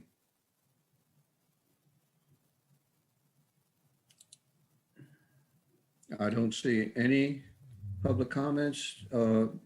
Dr. Jones, go ahead. Do you have a follow-up? Just one small addendum. Obviously, we had elections just a couple weeks ago, and we saw in our neighboring municipality, State College Borough, 3 new candidates win who very explicitly ran on dramatic seeing changes to policing here locally. And so the idea that everything is going to stay the same, I don't think, that's not the evidence that we got from the last election. And I think it showed how strongly the community wants to see meaningful police reform. And, you know, the idea that, you know, we're going to keep this the same until there's another mistake. Well, that's the mentality that we've had where we have 1,000 killings every year. And, you know, I brought this up during the listening session, but, you know, like since Ferguson, the number of police shootings annually has not changed. And that's because a lot of like I mentioned, wanting to get the training by PERF and wanting the Police Executive Research Forum and some of their recommendations implemented. Well, that was fought tooth and nail by most in law enforcement. And we have data that it actually reduces not just injuries to suspects, but also just police themselves. And so, you know, with all due respect to our local police, you know, I think Chief Jolly, you know, does a good job in many respects. But when you look at law enforcement, both nationally and locally, there's been strong resistance to a lot of the changes that people have been calling for. And frankly, the resistance by some of the neighboring municipalities led to some people getting voted off. And so I think it's important to be proactive about this and not wait till another mistake, because the people are not going to accept another killing like the one of Osagie Osagi and then let the local municipality just try to cover it up for the next year and say that everything's okay. And that's why I think it's critical that we're proactive about this. Okay, there were no public comments, so board members, it's time for you to speak up. Pam, go ahead. Thank you. Storm is rolling in. So I hope and I pray that you allow me to finish my comment. Let me first acknowledge the reason we're even discussing this issue. On the day after the anniversary of George Floyd's death by a police officer, the world took notice. I would like to begin by thanking all who participated in the listening session on the police policy of the use of deadly force. I would also like to acknowledge Sergeant Scott Stroud for taking the time out of his vacation to participate on both listening sessions. Thank you. Please know we reviewed and listened to your comments, but most of all, we heard all of you. In the session, I heard the suggestion that we have to put yourself in officers' positions when they have to make split decisions in a second.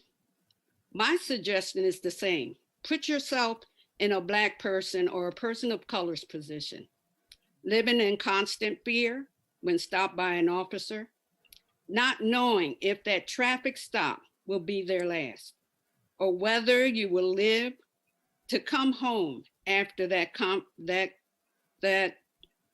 being compliant.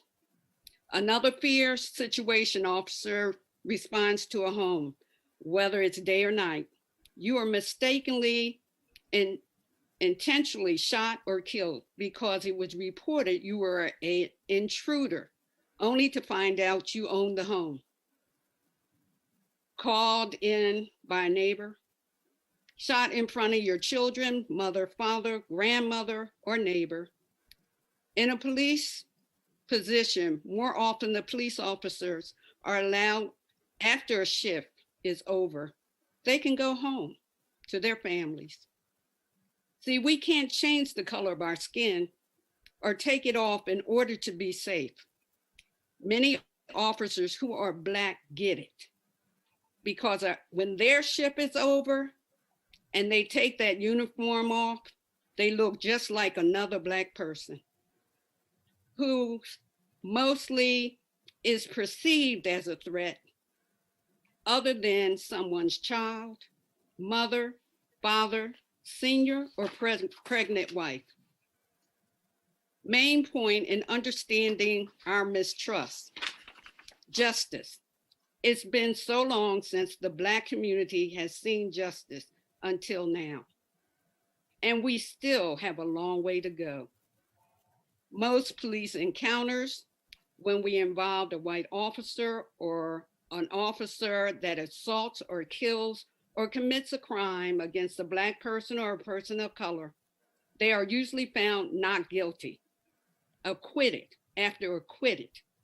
White police officers have walked away with their life, livelihood, and even returned back to the police force to do it again. We see that there are two forms of justice and two forms of law. Take, for example, Dale and Ruth gunned down 12 church members. 9 were killed. After 16 hours of running, Dylan, the mass murderer, complained to an arresting officer that he was hungry. The police officer then took him to Burger King to get him a meal before taking him to jail. Now think about that. How often have you seen a Black murderer taken to Burger King before they're taken to jail? 17-year-old Kyle Rittenhouse walked down the street with an AR-15 style rifle, shoots, kills 2 protesters, wounds 1. In the video, it shows the suspect can be seen armed, walking toward responding police vehicles. At times, he has his hands up. The police drive past him. Rittenhouse then approaches a squad car before walking away. Do you think that would ever happen to a Black boy, Black man, or Black person walking with an AR-15 type rifle? They would not have seen the light of day.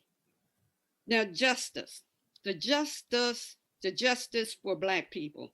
George Floyd, 46. Breonna Taylor, 26. Atatiano Jefferson, I want to tell her story. Neighbor reported Jefferson's front door had been open. Police responded. They went around the house, never announcing themselves. They walked into the back of the house and then looked in the window and saw Atatiano and fired the shot that killed her. The shot went through the window, killing Miss Jefferson, in front of her 8-year-old nephew. The neighbor was devastated that he had called the police. Stephen Clark, 22, in his grandmother's backyard. Police officers thought he had a gun. It was a cell phone. He was shot more than 20 times. Alton Sterling, 37, selling CDs and DVDs, confronted outside of shop. He was tasered, pinned down to the ground before shot 6 times. Video footage showed officer could be heard threatening to shoot him in the head. And then afterwards, after his shooting, repeatedly calling him a stupid MF. Eric Gardner, 43, alleged selling loose cigarettes. Police officers held him, choked, and did not release the hold. Gardner saying, "I can't breathe" 11 times. Jury declined to indict the officer, placed him on a desk duty. He later was fired. This is decades and decades of types of stories, not in the media, went unreported to the public, and even undocumented. We talk about trust. I too remember those days when you had a problem or trouble. You could go to a police officer and ask them for the help, no matter what color they were, white, Black, Hispanic, Asian American. You felt protected, safe from all harms, sometimes. But for Blacks, so often it depends where you live in the United States, whether an encounter with a white officer or officers, or whether you live or become a statistic. You asked us to trust you. When we see a Black woman and girls ordered to the ground, handcuffed, in a mistaken car stop, detained. Brittany Gilliam and her younger sister and daughter, nieces, went out for Sunday in August. Officers pulled behind her with guns drawn, ordered her and the girls to lay down on a hot cement. Miss Gillian, her daughter 6, sister 17, 2 nieces 12 and 14. The 12 and 17-year-old were handcuffed, and they tried to handcuff the 6-year-old. The officers instead asked the 6-year-old to hold her hands above her head as she laid on the pavement. What's ironic, Miss Gilliam worked for the county jail. No charges or training was offered to the officers because treatment of Black people, regardless of whether they're a child, woman, mother, boy, man, has usually been beyond harsh or even life-threatening or death. But we know if that same situation had been a white family, no white woman or child would have been subjected to that kind of treatment. Yes, I tell this story again because it hits home for me. Sergeant Strauss stated that we should put the message out to stop fighting the police, don't resist the police, and that he promised the very, very, very, very police officers don't want to hurt anyone. If you can get people to react and simply comply by showing their hands to comply. Doug, do you have the picture I sent? Doug? U.S. Army Lieutenant Karen Mazzardo complied. But his mistake is that he pulled into a lit area and then he asked the question, why was I stopped? Sergeant Stroud also asked you if you want to save people's lives, he asked that you listen to the professionals, the guys who are there to protect you. There are law enforcement oaths taken, which states, on my honor, I will never betray my integrity, my character, or the public trust. I will always have courage to hold myself and others accountable for our actions. I will always maintain the highest ethical standards and uphold the values of my community and the agency I serve. Somehow the public trust for Black people and people of color is broken, and it has to be restored. In Patton Township, we have an outstanding police chief, Chief Jolly. Get to know him. We constantly speak about good officers here, and I know quite a few of them. Also, we have some officers who are not so good, who are still on the job as police officer. I'm requesting that Mr. Terry Watson, founder of Strategies for Justice, and Iris Richardson, the new police Public Safety Director and Diversity, Equity, and Inclusion at Penn State, share information of Duty to Intervene in the documentary film called Women in Blue be shared with the Center Region police chiefs, officers, township managers, elected and appointed officials. A powerful film that all should see. In closing, I listen to all sides. Although it may seem my comments are anti-police, it's not. I'm a peacemaker, former police chaplain, a decorated veteran, and I too am looking for answers to bridge together trust and understanding in our community. This listening session on police policies of the use of deadly force in Patton Township is a major step in addressing many fears and confusion on this issue. I hope while working together with a true commitment on building a bridge made of trust and solidarity, let us continue to move forward together in saving lives and to provide a safe life for all. Thank you. Thank you, Pam. Other members of the board wish to weigh in on this issue? Anita, go ahead.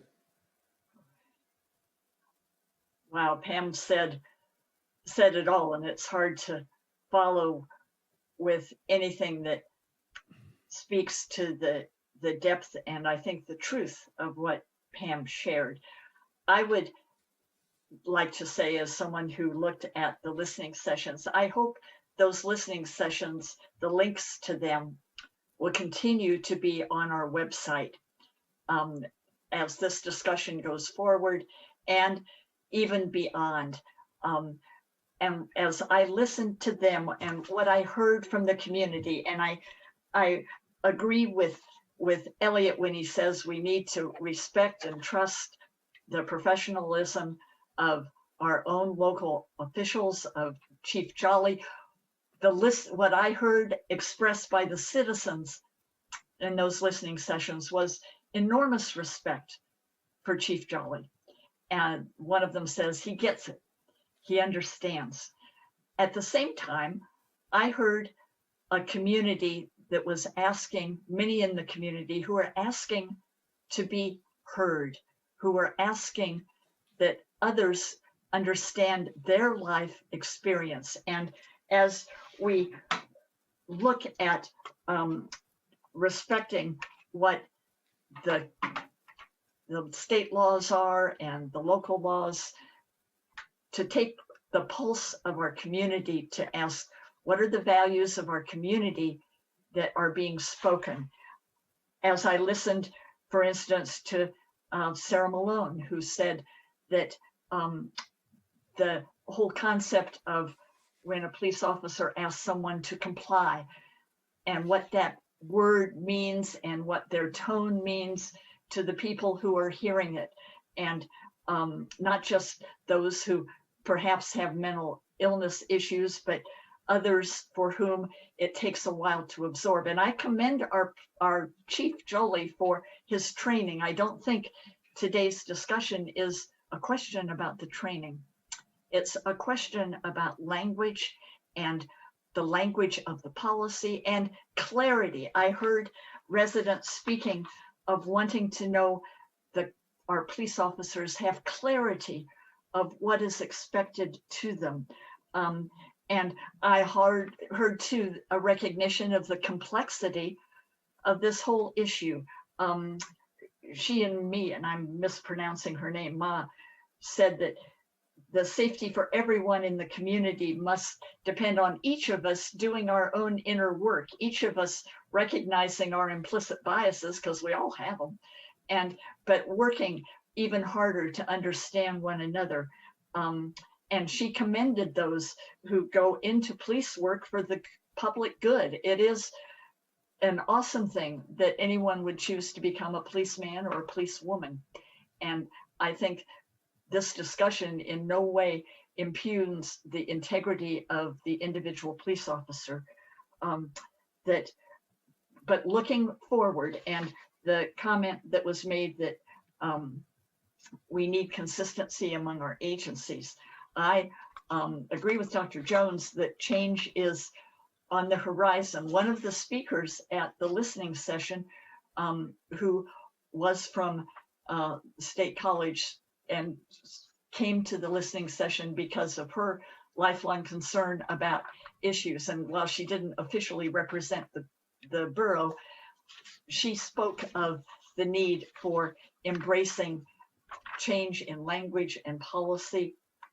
I was especially struck by the mother who spoke of her sons and how she raises them and trains them and how she worries about them whenever they leave the house in terms of what may happen if they are pulled over in a police stop. The fear I heard expressed by the residents in many of those sessions, it was palpable. And it was, I heard a cry to say, hear us and realize the reality of our lives, just as Pam has spoken about how the color of one's skin is not something that one puts away at the end of the day. So looking at all of this, looking at it's very complex, and I appreciate the challenge of wanting to protect the life of the police officer. That's got to be paramount, but also enabling interactions which do their very best to protect the lives of those that the police are protecting, and recognizing, as it was said, that all policies, no policy is perfect. At the end of the day, I support the model policy that Dr. Jones has put before us. I think it is something that I heard called for by the citizens that I heard in the listening sessions, and by the sense of the times. And I know it's unfair to our local police to be judged by what is happening nationally, but what is happening nationally has been an earthquake. And that earthquake sends tremors through our local residents. It shapes the way that they are seeking to build a stronger trust in our community. I believe Dr. Jones' model policy will be a step forward in that direction, and I would support that. Thank you. Okay, thank you, Anita. What we have today to do is whether there's any additional information or clarification that the board needs, or if not, whether the board wishes to proceed with formulation of a revised draft policy. And so we have Chief Jolly's submission and Dr. Jones' recommendation for additional restriction to be added. Ms. Robb, Pam, go ahead. Chief, is this going before the local police union? Is this being in a couple of weeks? Who is revising? Who is going to review this? So I believe that the next step, and Doug can correct me if I'm wrong, was we get the input from the board, and I would make any changes that the board wanted to see, or if, you know, whichever policy we wanted to take forward, and it would go eventually to the Patton Township Police Officers Association for their review next. Yeah, the timetable in the agenda shows May 31st through June 11th, review board's draft policy with the Police Officers Association on others as needed. And then on June 16th, our next board meeting, the board will review the draft policy resolution with a potential to adopt. That's the current timetable. Any other questions or comments from the board? Dan, I'm wondering,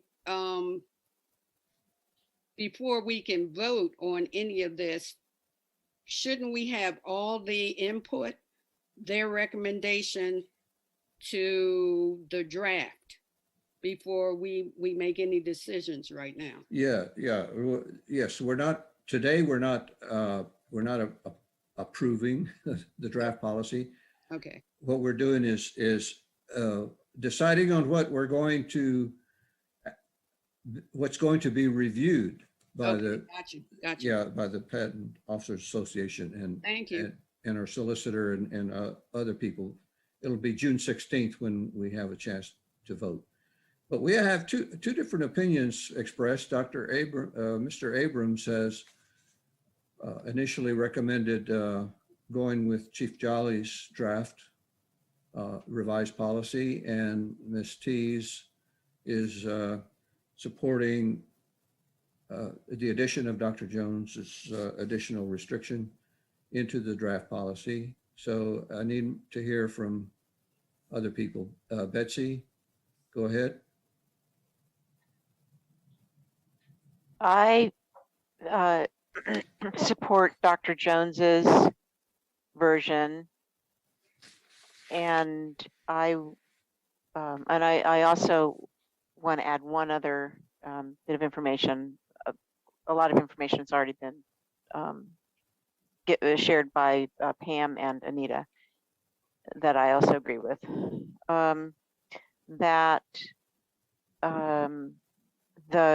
Sorry, a little distracted here. The example of difference in code between the different municipalities has already occurred with Patton's decision to not allow a no-knock entry. And while we understand there are difficulties with that because of the non-uniformness, that I believe that in the integrity of our police department to overcome that. And so this will be an additional challenge.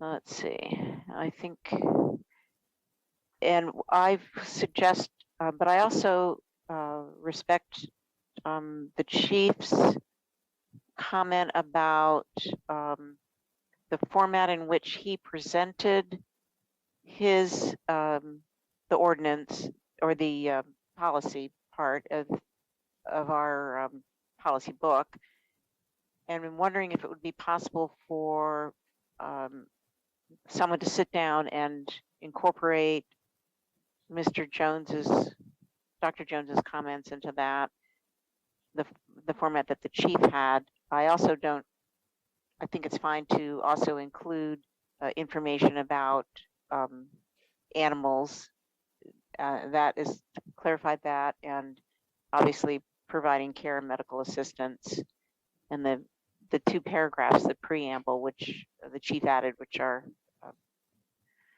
really seem to be very sound and in the spirit of really what Mr. Jones is suggesting. So some hybrid of the two with Dr. Jones's version, wherever there's a disagreement, his being the one that remains or is inserted into the policy. Okay, Pam, you want to weigh in on your? Yeah, I would like to agree with Betsy on that too. Okay, Elliot, response? First of all, I won't be here on June 16th, so you don't have to worry about my vote. I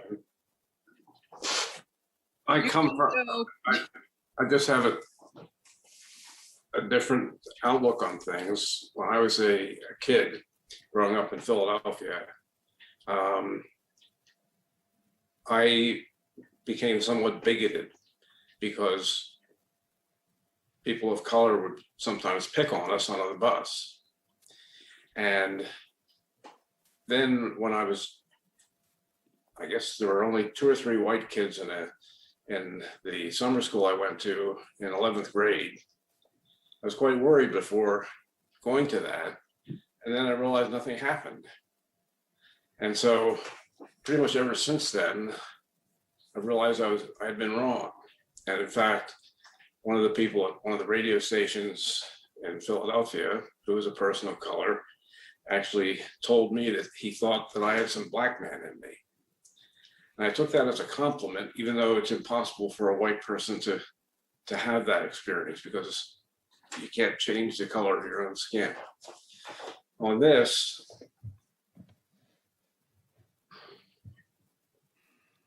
I guess the thing I would most advocate for is that we have more mental health training for our law enforcement people.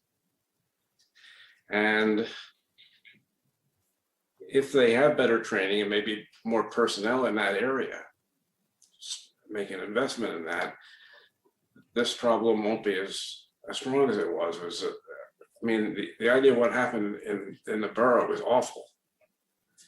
And I understand why the people were elected. There's a very strong feeling that an injustice was done. And so I don't have a problem voting for this change. I don't want to see a mistake made because people are confused. Okay, Doug, go ahead. Let me suggest that perhaps you let me and the solicitor see if we can take Betsy's suggestion for a hybrid and see what we can do with that, and look at bringing that back after we've taken a look at it, and probably solicitor, if that's okay with you. And then we'll go back to Chief and Dr. Jones and get some input from them. That's probably going to push us beyond the schedule that we have in the agenda, but that would get Chief Jolly out of doing something that he probably doesn't really want to do. But I think Betsy and I can take a good shot at it and bring back when we're done then. Yeah, that sounds reasonable to me. And let's do it right, not fast. So I don't have any problem with having more time dedicated to trying to develop a policy that the entire board will be agree with. So instead of June 16th being, or instead of the time between now and June 16th for review by the Police Officer Association, that's when Doug, you and Betsy Dupuy would work on this and have, well, certainly you should have the chief and Dr. Jones review what you come up with and then present it back to the board on June 16th. Yeah, I'm not sure I can even get it back to you by June 16th, to tell you the truth. I'm out of town for the next week or so. But we'll get started on it. And one point I wanted to make, if I could. Well, Betsy had her hand up first. I'll get back to you, Elliot. Betsy, go ahead. Just a couple of grammatical things in the text that the chief presented. I would suggest instead of saying his, her, when referring to his, her, police officer, working out the parking situation. just use the word they, and that way it's pronoun neutral. It's perfectly acceptable. Who knows where we'll be going in gender issues. I think we're going in the right direction when we allow some neutrality in that. And the second thing is animals and rodents. A rodent is an animal. I'm sure historically there was some reason to call out a rodent, but I think it's a little bit redundant. It's not necessary. Okay. Okay, Elliot, go ahead. This is something that's just struck me in the last couple of weeks, being Jewish and seeing what happened with Israel. I think that the Israelis treat the Palestinians like dirt. And I think I perfectly see why people are upset about that.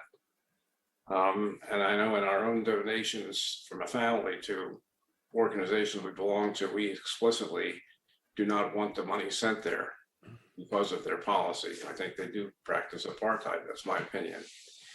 And so as a member of a group that this stuff happens to, I think that's an additional problem, like that the Asians are going through.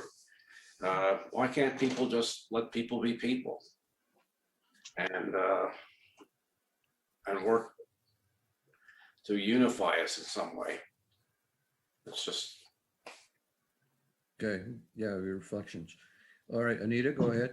Yeah, very briefly, well said, Elliot. I would hope whenever this comes back to the board that Elliot could be present. Perhaps Doug could survey us on our potential out of town plans, those of us who are fortunate to be able to go out of town, so that we're all together when this comes back to the board, even if that's a little bit later. Yeah, it sounds like it'll be July, given what Doug said about his timetable. So it'll probably be July. Pam, go ahead. Elliot, I have to agree. And in the listening session, Mr. Douglas, I can't even pronounce, I want to pronounce his name, Galit, said the exact same thing. Why can't we all work together? Why can't we live as one? So, and Chief, please, I want to take Sergeant Strauss up on his recommendation to continue the talk. He made that suggestion. I want him to get to know all of us, those that spoke up at that session, the people of color, because he needed to hear their side. We need to hear his side as an officer. And because we all respect you, and I know Terry Watson thinks the world of you, Leslie thinks the world of you, Tyera Williams thinks the world of you. People of color think the world of you because you get it. You get both sides, sir. And the respect that they have for you sets you above all of them, all the rest of the chiefs. I'm telling you that now. So as you work together with the rest of the chiefs that you have set up, so many of your initiatives that you have stepped out on faith to do, breaking it down through ethnicity. We appreciate you so much. So please extend the olive branch to Sergeant Strauss. I'm here, we're waiting, we're looking forward to putting all of this together so it works for all of us. Thank you. Okay, let's wrap this up because it looks like we've all agreed that Doug and our solicitor are going to work on incorporating Dr. Jones into the draft policy as presented by Chief Jolly. So let's close this item on the agenda now and move on. So we're now at 4B, a noise waiver request for 955 Tall Trees Avenue. So Doug?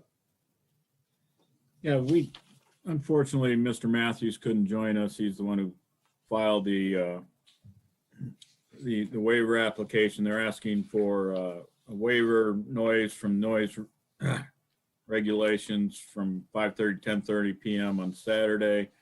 Mr. Matthews did email me late this afternoon and said, given the weather, which is supposed to be damp and chilly on Saturday, it may not be much of an issue.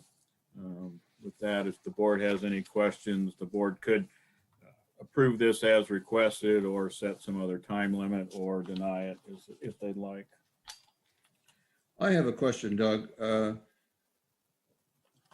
In your quote of section 501-7 of the Township Code, number B says application should be submitted to the Board of Supervisors at least 60 days prior to the event. This did not happen in this case. Is that correct? Did we just now receive this noise waiver request? Yes. Okay. And also in A, it says, in almost all circumstances, a request for a waiver that would impact a residential section or nearby lodgings and dwellings will be denied. This address is surrounded by single-family residential homes. So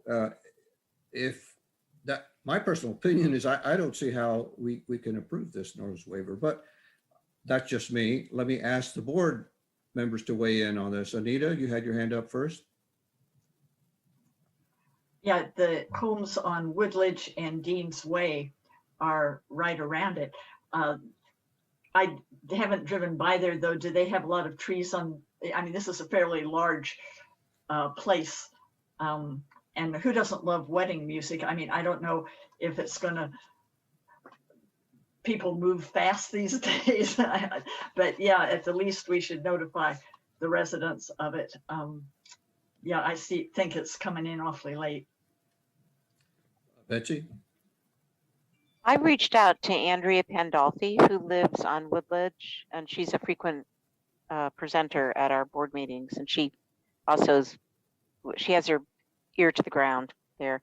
And I asked if she'd heard about this request. She responds, and I quote, "Thanks for the heads up. So I saw the tents going up today. I think it is for the Himes annual event, which I believe is a fundraiser, though I forget the organization."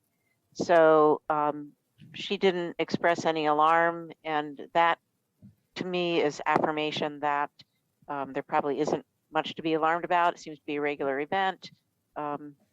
Andrea usually speaks her mind and represents many other people when she speaks her mind. So that's my 2 cents. It is late. I think we ought to give him a little slap on the wrist and ask him to do it earlier the next time. That's all. Any other comments? Chief, was that you raising your hand?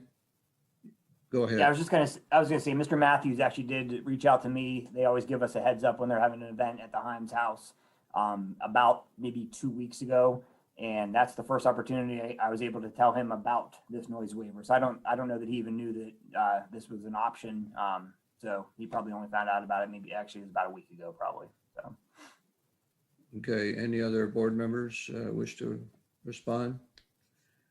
Oh, I'll just follow up with saying, my concern is the request for amplified music. I mean, it seems to me most weddings, if they're going to use amplified music, they hold them in an event hall or something like that. Not in a neighborhood where they're surrounded by single family homes. I mean, a string quartet or something similar like that that's not amplified. There's nothing, I don't see anything wrong with that. It's not like sound's going to carry that far away from the event site. But okay, I've heard 2 comments from the board, basically in favor of granting the waiver, right? Betsy and Anita. What about Elliot and Pam? I need to hear from what your thoughts are. I'm in agreement. Chief, if it should get out of hand, you would be called. So I don't have a problem. You know, it's a wedding, it's short, it's not prolonged, you know, night after night after night. So I'm saying I'm in agreement to approve it. Elliot?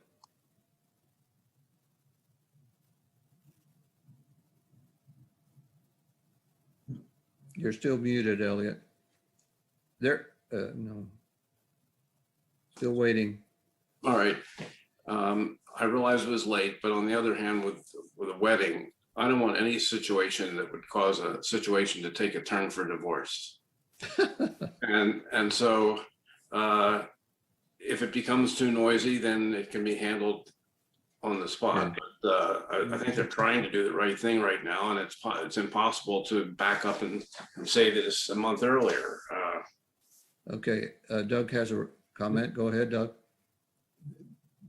If you grant the waiver, there's no enforcement. So if you want to put a condition on it, and I don't know how you define between noisy and too noisy, but that's the purpose of the waiver, is so if the police show up, they won't cite them for anything. So okay. I mean, we're still trying to figure these things out with this noise ordinance. And okay, we have a citizen who wishes to comment. Jim Payne, go ahead, Jim. Yes, thank you.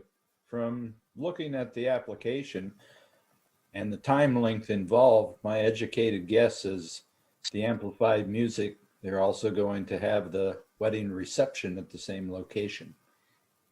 So If they're set up outside, the music will probably be outside. If it rains, that place is big enough, they'll probably go inside. But I think the amplified music is for the wedding reception, not the wedding itself. Thank you. Right. Another citizen has his hand raised. Brandon, go ahead.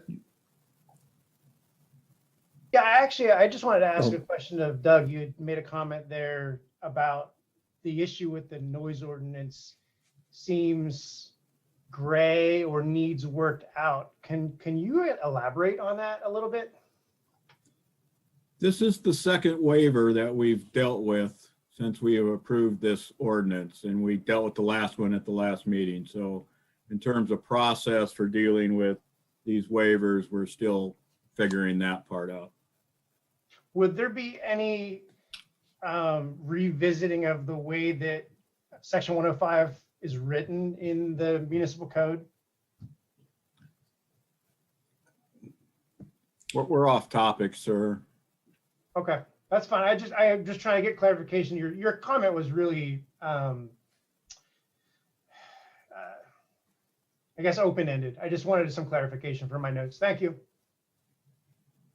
Okay, Elliot.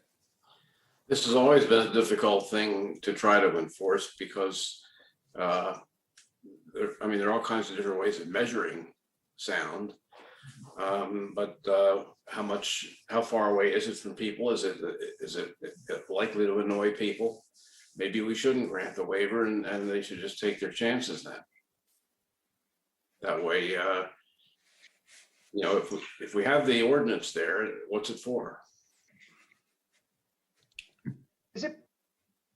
Okay, Brandon, do you have another comment that's on topic? Okay. All right. My reading of the board feeling on this is that the majority favored granting the noise waiver. So I'll need a motion. I'll move that, and that's the majority. And I need a second. Second, Anita. Okay, moved and seconded. Any further discussion from the board? All right, all in favor of granting the noise waiver, raise your hand, say aye. Aye. Aye. Or I vote against. So it's 4-1, the waiver's approved. Moving on, Public Works 5, number A, application for League of American Bicyclists designation as a bicycle-friendly business. Doug? Chris Schmeek and Susan Wheeler are going to provide a short presentation.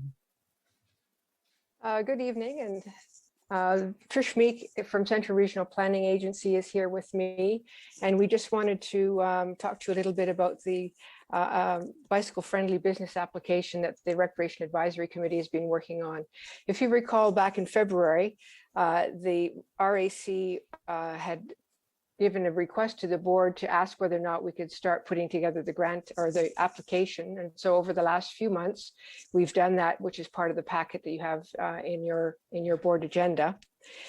Just to remind you that the RAC really was interested in putting the application in so that the township could become recognized as a bicycle-friendly business, because they feel that the board and the township are quite have shown a demonstrated commitment to providing bicycle opportunities throughout the community. And they're working and have worked, as you know, on the Parks and Bicycle Pedestrian Path Plan, on not only looking after the existing network, but really studying and putting together connections to make a broader and greater network. So what you have in front of you is the application. I probably will just leave it to you to ask questions of myself or Trish so that it doesn't take up much more of your evening. Okay, board members, anyone have any questions? Doug, you can go ahead and drop the screen share for now. That's Trish. Okay, Thank or you, Trish, yeah. Board members, any questions for Trish or Susan? Pam, go ahead. Susan, didn't the Center Region win a silver award for their bikes? Yes, what happened, State College and the Central Region together collectively as a whole community, they applied for the bicycle friendly community, Right. which was awarded. And we did receive, each municipality received 2 signs that had that designation. We put 2 of them up in Patton Township, one on Grace Woods Boulevard and one on Wattle Road. But within the designations, you have community, which was our whole regional community, but you can also have business designations within the community. So State College Borough has a gold friendly business community. The Penn State has a gold bicycle friendly university designation. And there are other businesses who do the same. And so our designation that we'd like to seek would be a bicycle friendly business within a bicycle friendly community. Great. Thank When- you. Any other questions? Yeah, Doug, go ahead. When do we find out if we're gold or silver? Well, we're applying for bronze. You have to work your way up the ladder. So we're applying for bronze, but they might give us silver because we're pretty good. Any other comments or questions? Anita, go ahead. Kudos for your work and kudos for finding this and for applying. I think it's terrific.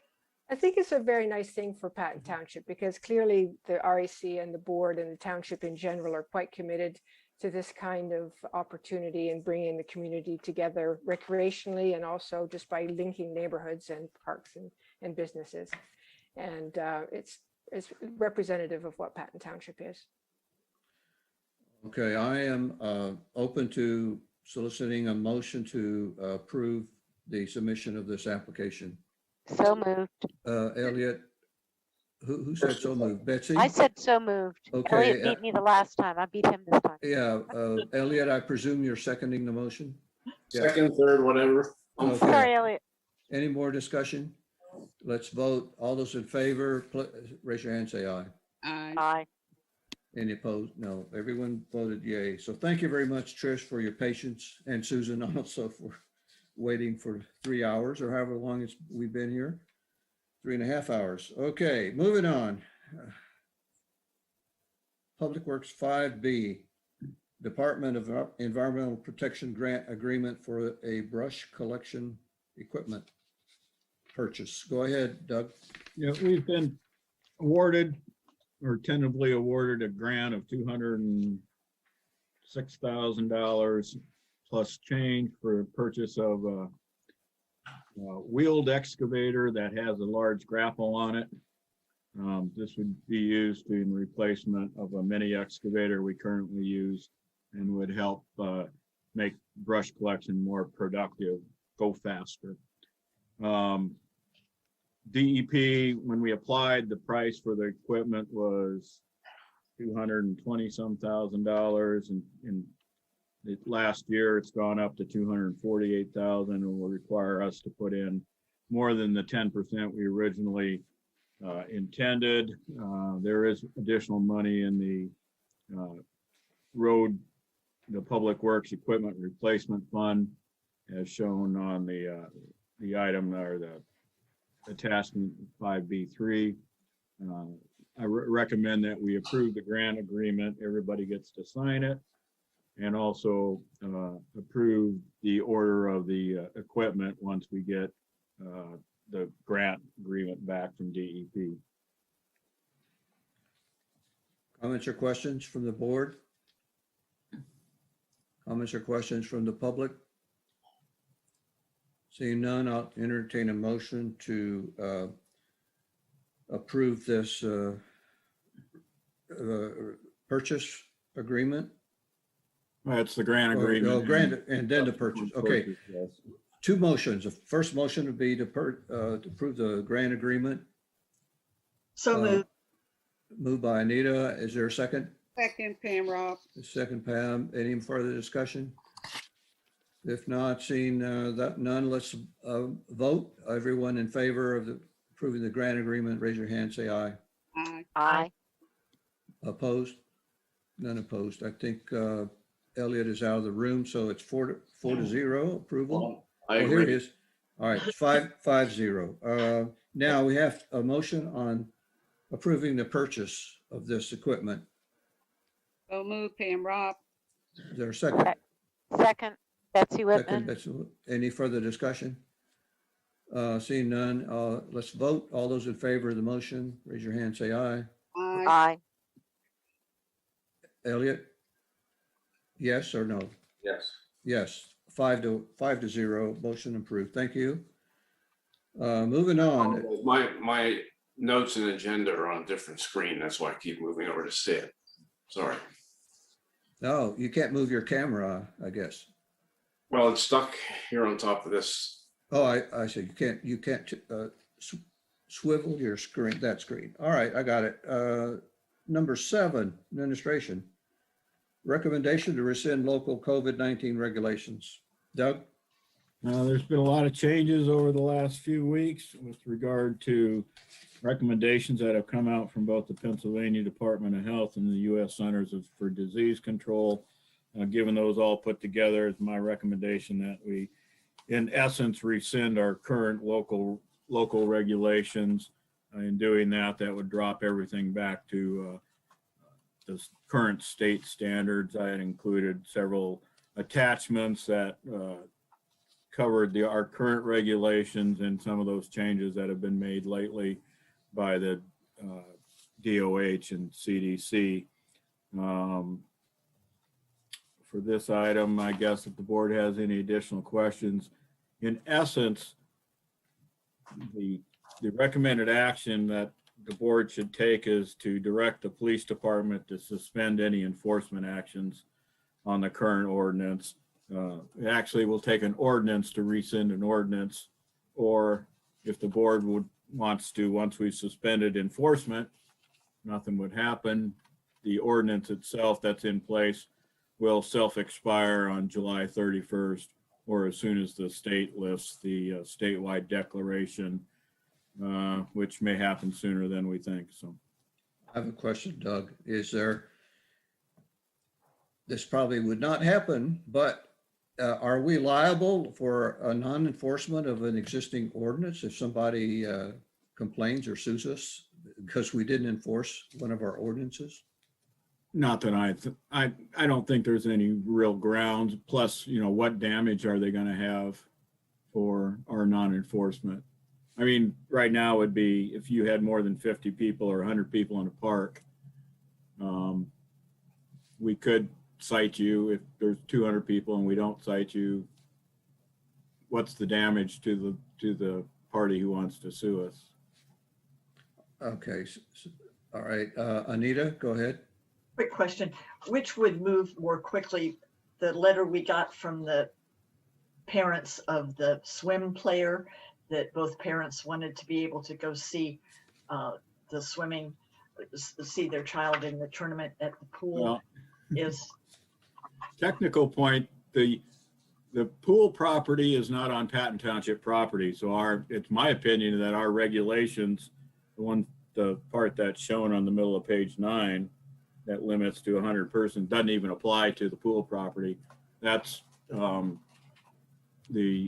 Parks and Rec Authority property. So, that may be an issue of interpretation on their part. If you direct the police department to stop enforcing right now, then in essence, they could do whatever they'd like as long as they're still in compliance with the state orders, which I couldn't even tell you exactly what the state order is right now either. Pam, go ahead. I'm just looking at, we're going into the holiday, and I wouldn't even want to put our police officers to even try to, try to enforce these issues right now. It's a done deal as long as the state is covering us. So I wouldn't put that on our police department. Elliot, go ahead. I just wonder if we can have a statement that matches whatever the state guidelines are in any given hour or day, since they seem to change all the time, rather than fussing over this, that, and the other thing when it's all going in one direction. We're meeting at this time of year only once a month, and these changes are occurring much more frequently than this. And I think we should just match what the state is saying, unless somebody can show us that it's wrong.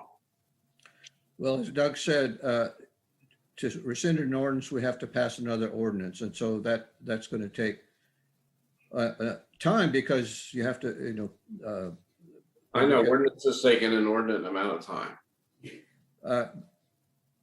Well, Doug's solution is let's just direct the police not to enforce the current ordinance. So moved.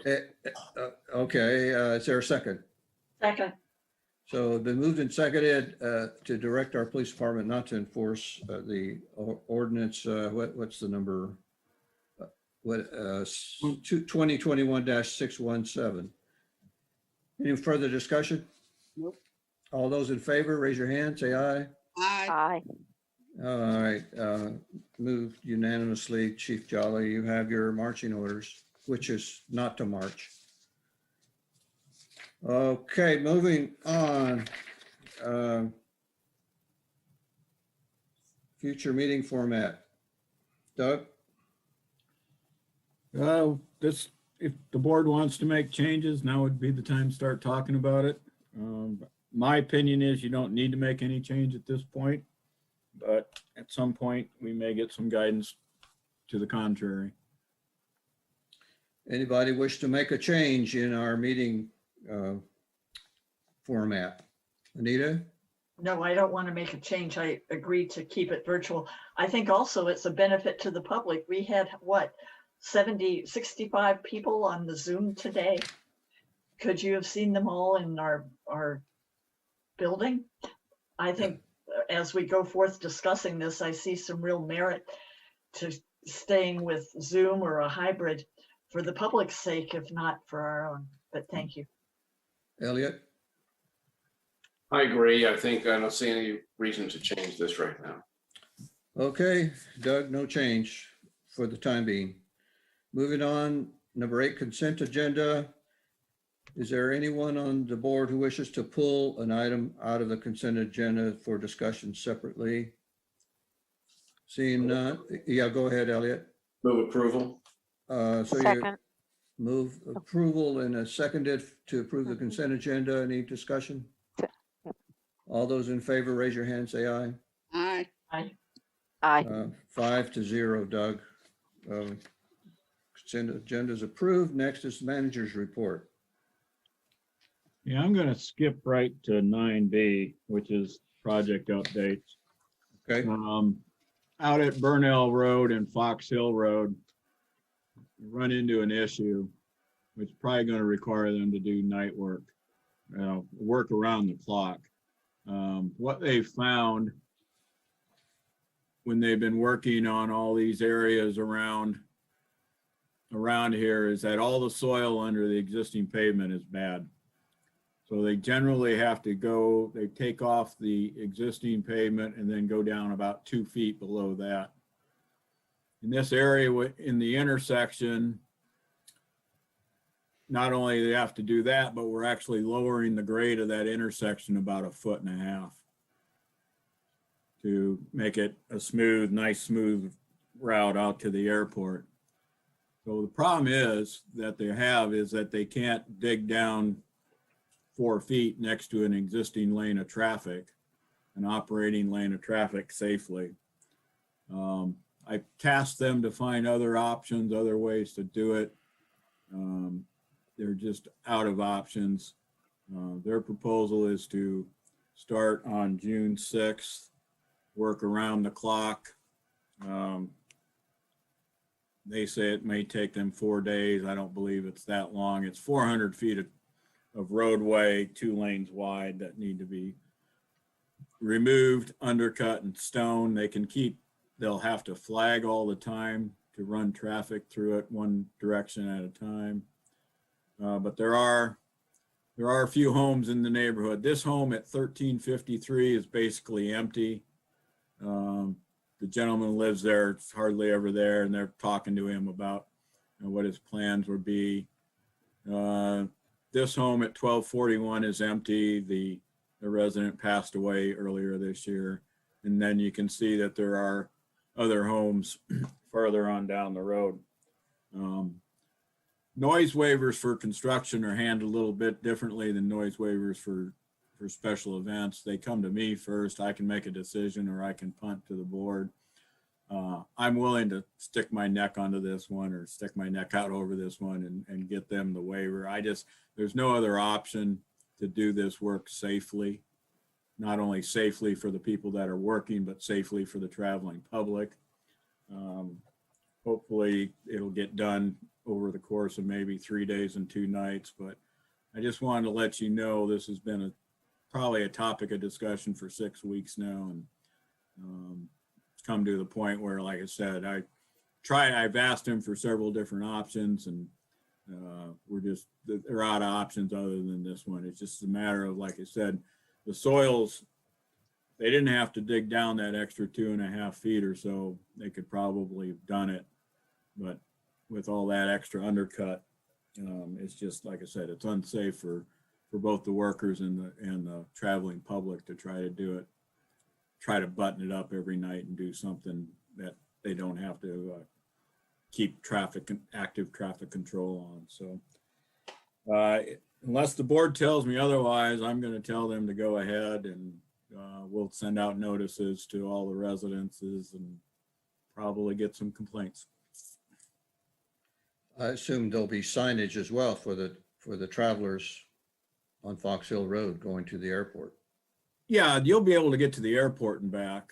There'll be the 1-lane traffic will just be in place for 48 or 52 or 50 some hours straight. Yeah. So. Okay, Anita? I think we can share the responsibility. If it would help, Doug, we could say the board supports this. If you'd like, that's fine. Otherwise. Any other comments or Is there I'm no way willing to- to take the heat on this one if you want. So. Is there any way to alert people who are possibly going to be, who are trying to make a plane and are going to be delayed if they don't know that this is a problem?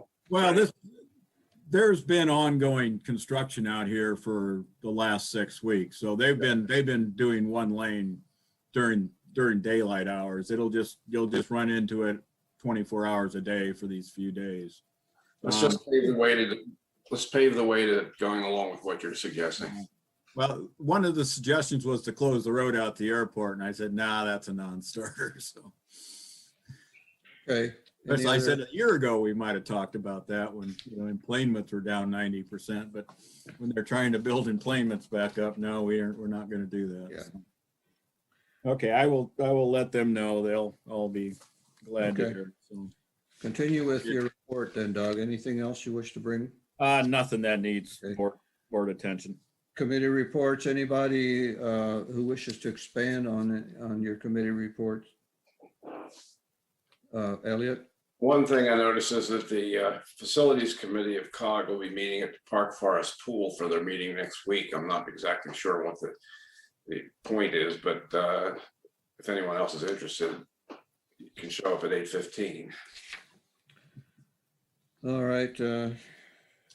I'll just direct the board to the written committee reports that we have in our as attachments. Anything else the board wishes to raise for discussion tonight?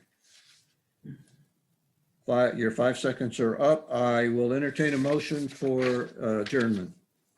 So moved. Second. And moved and seconded. All in favor, say aye. Aye. Aye. Good night, everybody.